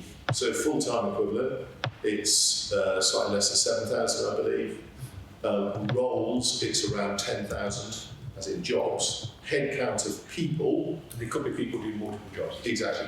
It could, but actual people that we employ to fill all those roles is about 12,000, because quite a number of roles are less than full-time. Yeah, I mean, we've discussed before around what you should describe about back office, which is the cost of the back office, which is Derbyshire person comparators. And I agree, it's too high, and it needs to If I may, Councillor, I'm very averse to the term back office. And I'm very averse to the term back office because, my experience in my previous career is that if you want to get a big organisation to operate well, the people who provide the supporting structure have to see their part in what you're delivering and say, my mantra to the CST team is that success for me is that people come into work and they don't think they're coming into work to find process, finance stuff, or provide security in a building. They view it as part of supporting people in care or the roads. And that might seem like a small point, particularly when you're talking about efficiency. But oh boy, does it make a difference if you want to get the most out of people. That's why I'm averse to that term, and we don't use it. So I completely agree with you. It is always, obviously, morale is very important. So we're talking about potentially within this, including the ones in places, a reduction of FTEs of 50, 60, 70 in this around that time. But again, if the roles are already vacant, they're not actually reductions. We just the 40 million. Well, the next point is how much of that spend as a budget of just under £800 million is spent on salaries. I think it's I hate 80%. Is that roughly? Well, we might be able to give you a figure. Yeah, it's about 300 million. Very, very much. 300 million. So, but it's a substantial cost. It's a big proportion. Out of that 40 million that you're talking about in the future, 38 million, sorry, my apologies. 13 million. How much is that as staffing costs? I mean, the largest single saving in it is actually around contract procurement, but about good third to a half. Oh, so but I would add to that the analysis of our operating model that I described earlier also indicated that we employ about 20% more people in councils of our size. And a third or a half would equate to roughly about 10 to 12% budgeted about salary registry outside. But overall, our overall analysis of the total of the operating models, we employ about 20% more people than our comparative council. So if 38 million delivers is 12%, is potentially another 8% on top of that, so there's more potential savings, which I think will highlight.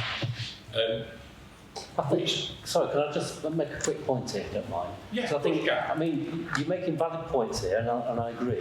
But I think you've also got to be careful about making that distinction between people that we employ and people that we don't employ, because pretty much everything that the council does involves people, whether we employ them directly or indirectly. And so, you have to view it through that kind of prism, really. We're always talking about people. But my mantra has always been, really, it's not about reducing people. Sometimes it might be, because simply you can do things more effectively with fewer people in some instances. But that's not always, that's not normally the case.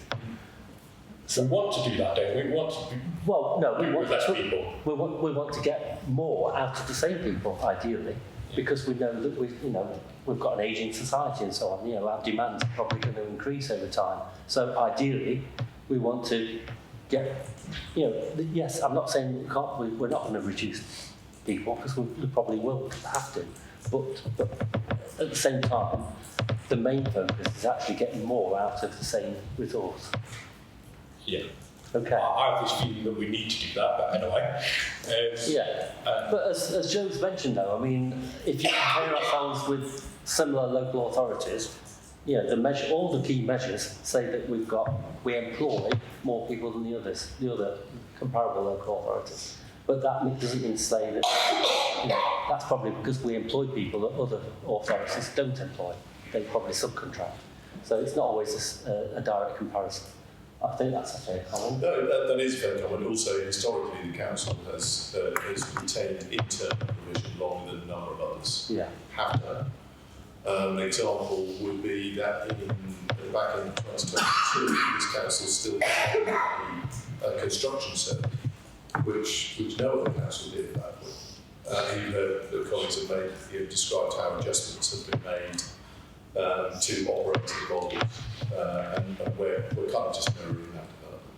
But that's one of the reasons why we have high employment. And this comes together with the fact that if we want to deliver good service with efficiency, which can with the right number of people, which I think is probably going to be less, you also need the right people in terms of that. So we need.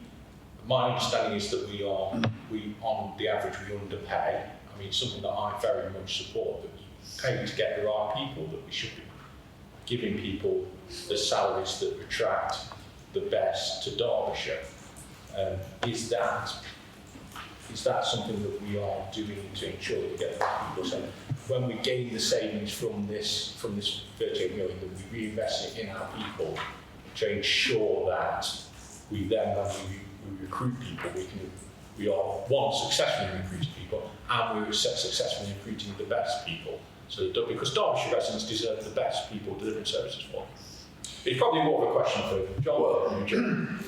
Well, it is a question for the administration, but just some background for the committee as a whole. So, for the last 3 financial years, the top issue in our employee survey that they're not satisfied with is their remuneration.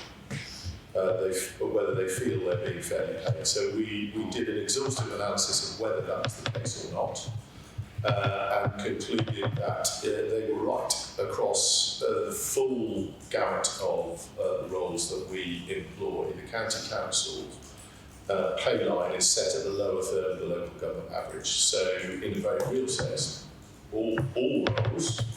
It's less marked actually at the lowest paid area because the pay increases are the highest there.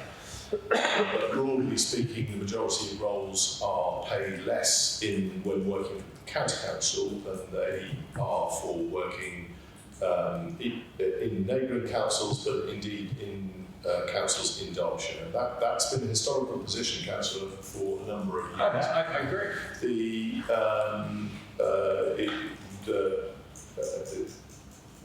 We have assessed the cost of rectifying that, and it's in the order of between 17 and 20 million. And so our approach has been that that is not affordable unless and until the structure can be adjusted to make it affordable.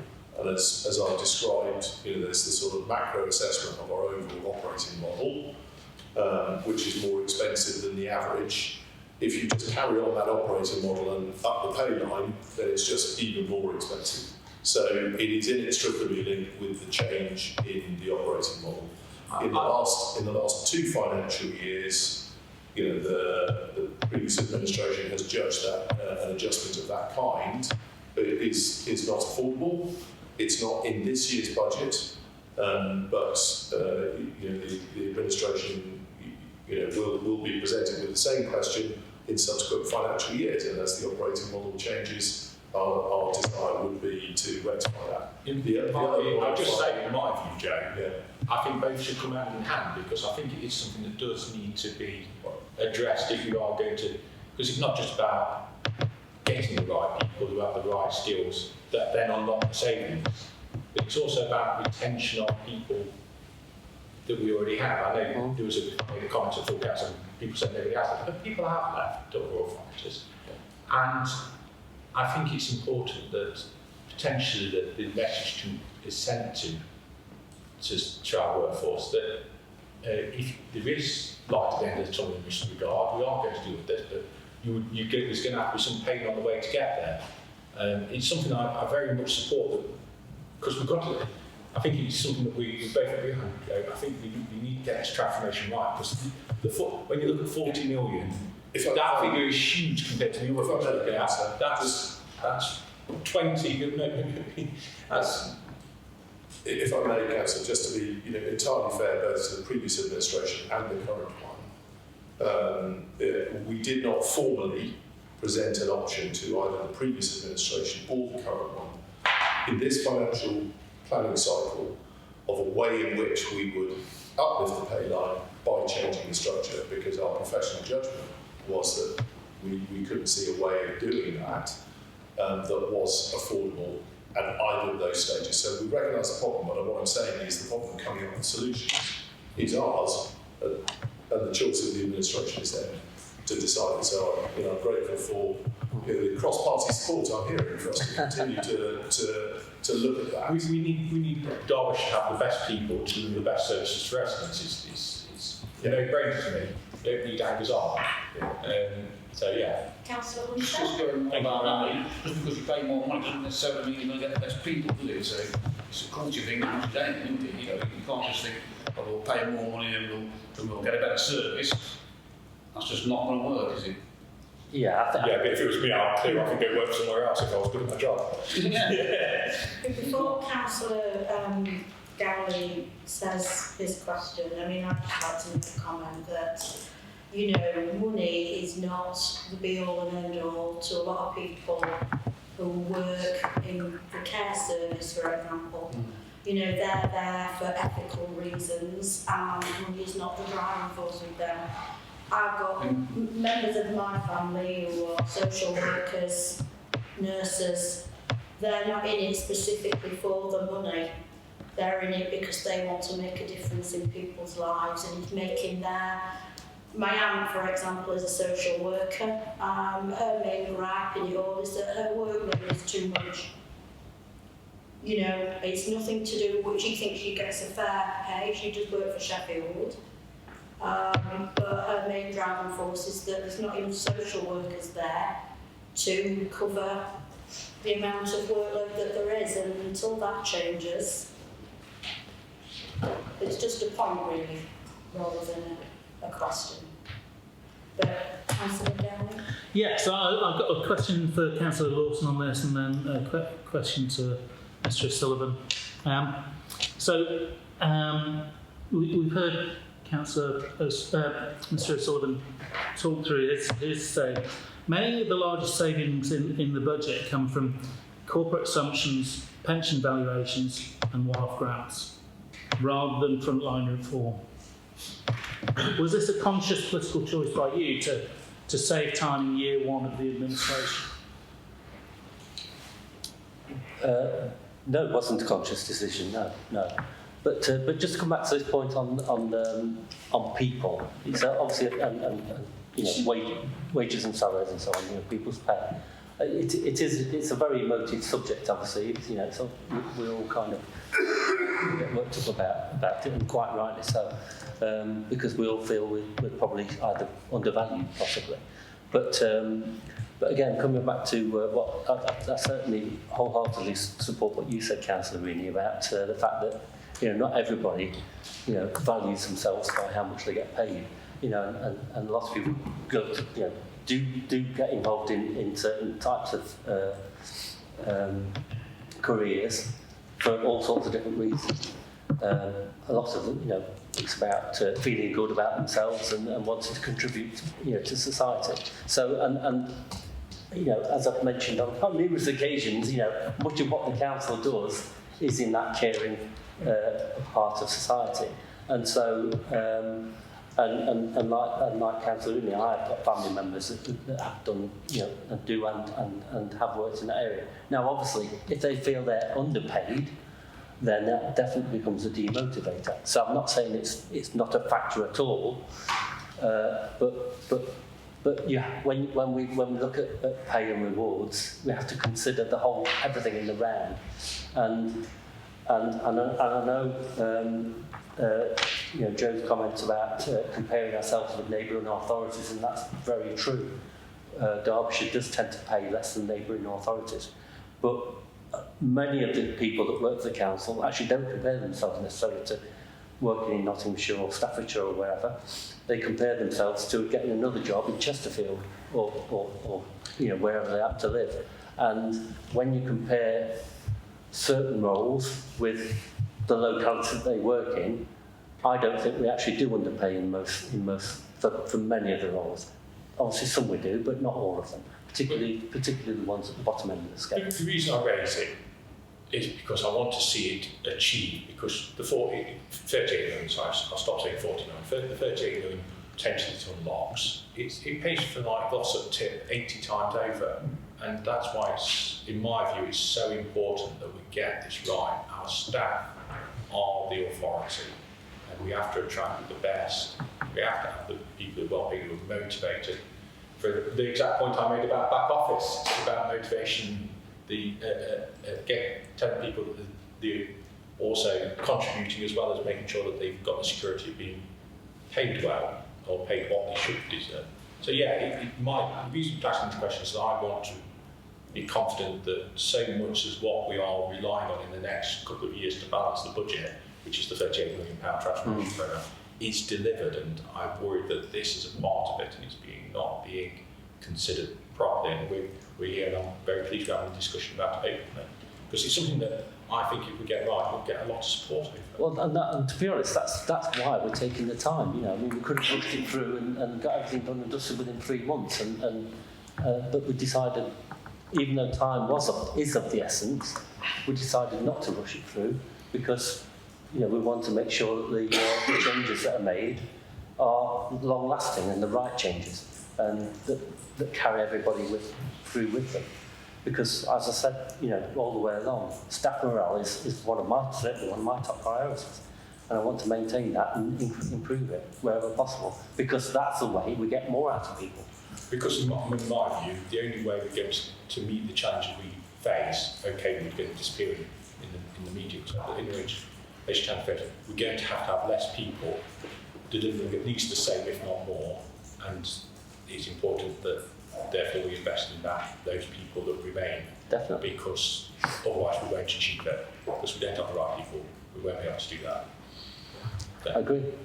I mean, if we bring the apprenticeship programme in that we've been talking about, that's a start, isn't it? So that's positive. Councillor Brown. So I wanted to draw together a few of the threads that I've been leading on with a question to Mr. Sullivan, which is so some of the items within the budget are quite small. Democratic Services is under your portfolio, and the councillors' allowances and the cabinet members' allowances come to 1.3 million. Yeah. Now, this is something that Reform campaigned on, that they wanted to do away with the gravy train. And so there would be zero political risk on bringing forward a 1.3 million saving.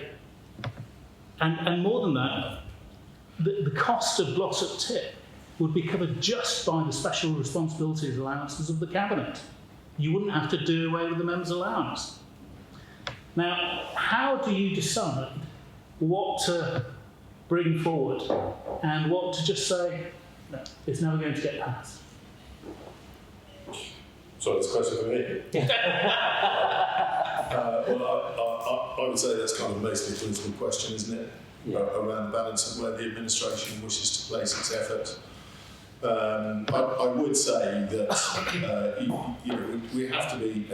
So would you even propose it? If you let me finish, Councillor. I recognise that this committee has a number of functions, and one of it is scrutinising the political judgment of administrations and opposition, as well as the professional judgment of officers. I would simply say that if you want to run an organisation of our scale, there are just costs to running it. There are costs to people being county council members, which have existed for years. Those have been reduced in my tenure. Well, you've just heard the chair say that some people do this for free. Councillor, you asked me a question, do let me answer it. So I would certainly not be in a position of saying you can just completely remove some of these costs. They're practical costs of running an organisation, and I think we should all recognise that. They have been reduced in the past, but as to the I think far more political points of your question, I'll defer to the administration. I also want to just catch out on that comment you made to the chair, she says her words was that some people... People in the care sector. Yeah, precisely, not councils. So can we just, yeah. Could I, if I may, could I just make one point actually, because it was a point that occurred under the previous council, not previous administration. But we had a number of members that were, as you mentioned, members of analysis. We had a number of members there that were younger people and were not in other employment.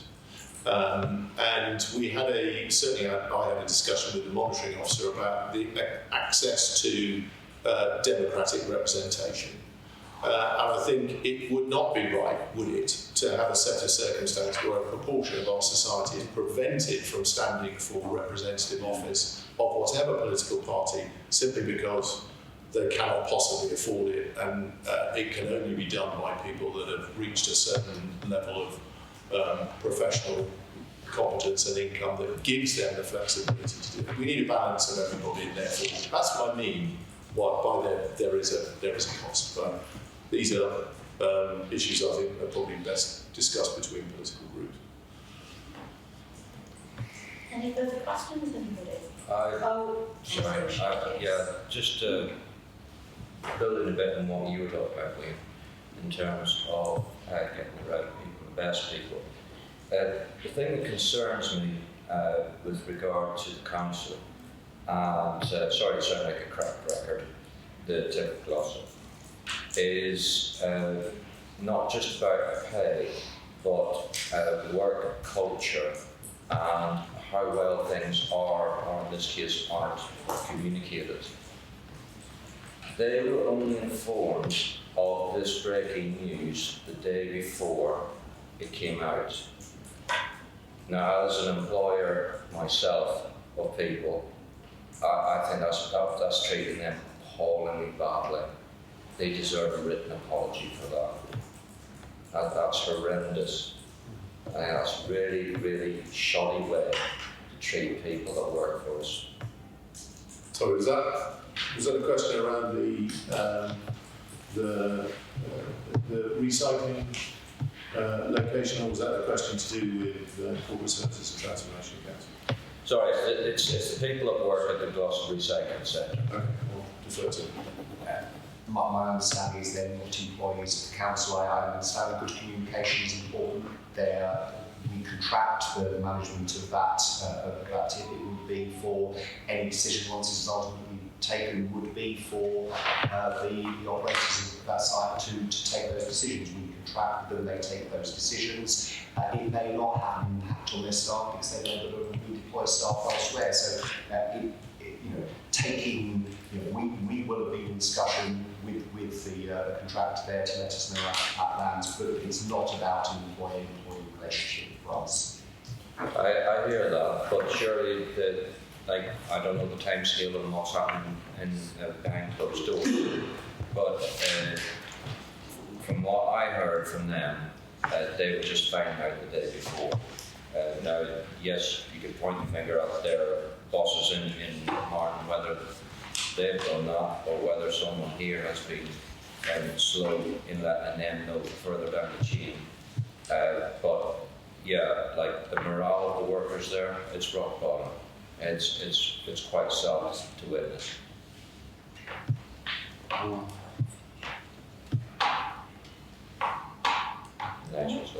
Councillor Gale? Yes, so Mr. O'Sullivan correctly pointed out it was a political question that I asked him. So can I direct it to Councillor Lawson? Can you explain why Cabinet was willing to consider politically sensitive service proposals like closing Glossop Tip, while apparently ruling out reductions to their own allowances that would save more money with less community impact?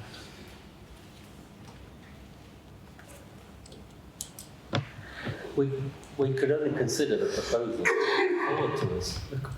The way this process works is that proposals are put forward by officers in terms of budget proposals, obviously giving some direction from You can't ask officers to come forward with a proposal. Yes, of course we can, yeah. But essentially, what, for members' allowances? If there's demand from members for that. So you say something, is this the place for this political sort of point scoring? Because I think we're scrutinising what's being said, not... To governors to choose. You know, there are financial choices to be made. Can I just point out though that members' allowances are voluntary anyway. You can choose not to accept them. So, you know, if you feel so strongly about it, don't take it. Right, I'm going to, if that's it, I'm going to... I do have one more question. So generally, with this budget-making process, do you recognise that winning an election and governing a complex county council are very different disciplines? No, they're not very different, because I can't speak for anybody else, I can only speak for myself, but I knew right from the outset, as soon as I put my name on that nomination form, I knew that it was going to be a difficult task because of, to be blunt, because of the mismanagement of the previous administration. So I knew it was going to be certainly a tough year, and certainly probably a tough first 2 years. But once we've got our feet under the table and turned things around, stop the rot, so to speak, then I believed it would get a little bit easier, and then we'll be able to make politically probably less difficult decisions. I didn't think the difficult decisions would go completely, because I know that all local authorities, I don't live in a vacuum, we all know that all local authorities in this country have been underfunded for the last 15 years. So it was never going to be an easy job, but I felt that I could make a better contribution than the previous administration. And obviously the electorate will get to decide that the next time we have an election. I just have to challenge that, Chairman. The fact that we almost 9 months into this administration, and this is almost the first time we're making some decisions, apart from closing care homes and adult education centres, how you can say that. Earlier in the meeting, you just talked quite nicely about the state of the council before then. Well, that was the same. I know you might be trying to have a dig because Nigel's had a dig, but no, not at all. A lot, and the evidence says something different, because even the transformational programme that is hopefully, and I'm really keen, we just have a really good agreement about how important it is, but it was started under us and you're carrying on with it, which is great, and I'm really pleased you are. Because I want it to deliver, because it really will deliver for residents. So to then say that you inherited a basket case, or whatever you describe. Well, let me elaborate. Let me just clarify that. Okay, let me clarify. When I was talking earlier, I was talking about the savings programme which we inherited, and that's what I was talking about in terms of that was a good programme which we've helped to deliver. Okay. What I was alluding to just now in terms of the situation that we inherited was basically the way that the council had been administered for the prior 3 years. And that mainly relates to decisions that were taken, particularly about council tax increases, against a backdrop of ever-increasing demands. You didn't put it up by the maximum? Not that you didn't put it up by the maximum, but you put it up well below the maximum. Yeah, so we should have put council tax up more. Well, if you were to turn the clock back, would you have made different decisions? Yes, because it's put hundreds of pounds in residents' pockets. Really? Yes, they'll be paying hundreds of pounds more a year now than what they would have been if we put council tax up. Sorry, let me say, you left us in how much debt have you left us in? Also, all the savings the council had has now gone. That is the Tories. Let me just put that into figures, actually, because in those ultimate 3 years, the council had to draw down 132 million of its from reserves, and that's effectively equivalent, roughly speaking, to about 3 years' worth of council tax increase that should have been applied prior to that. So essentially, those decisions meant that the council couldn't meet its statutory requirements of balancing its books. That's what I'm talking about. That's what I'm talking about when I talk about what we inherited. So we inherited a situation where there was an unbalanced council, effectively, in those prior 3 years. You think the worst thing we did was not put council tax up by No, that's only part. Sorry. Sorry, but we're going off piste here. And I think things are getting heated. We're off the topic, which we were here for to listen to today and pass it Yes, but on. people making accusations are unfair. So, excuse me. Right. What I want to do now, we come to proceedings where we want to talk about recommendations. The committee, point A, to note that the financial context and approach to budget setting for 2026-27 as set out in the report. B, to note possible options in respect of budget saving proposals for the 26-27 financial year and provide feedback to Cabinet. C, provides feedback to Cabinet on the budget savings options detailed in this report. This will enable the feedback to be considered at the Budget Cabinet meeting on the 29th of January 2026. And finally, to note that where the proposed savings and efficiencies do not progress, alternative savings will need to be found in order to meet the Council's legal obligations to set a balanced budget.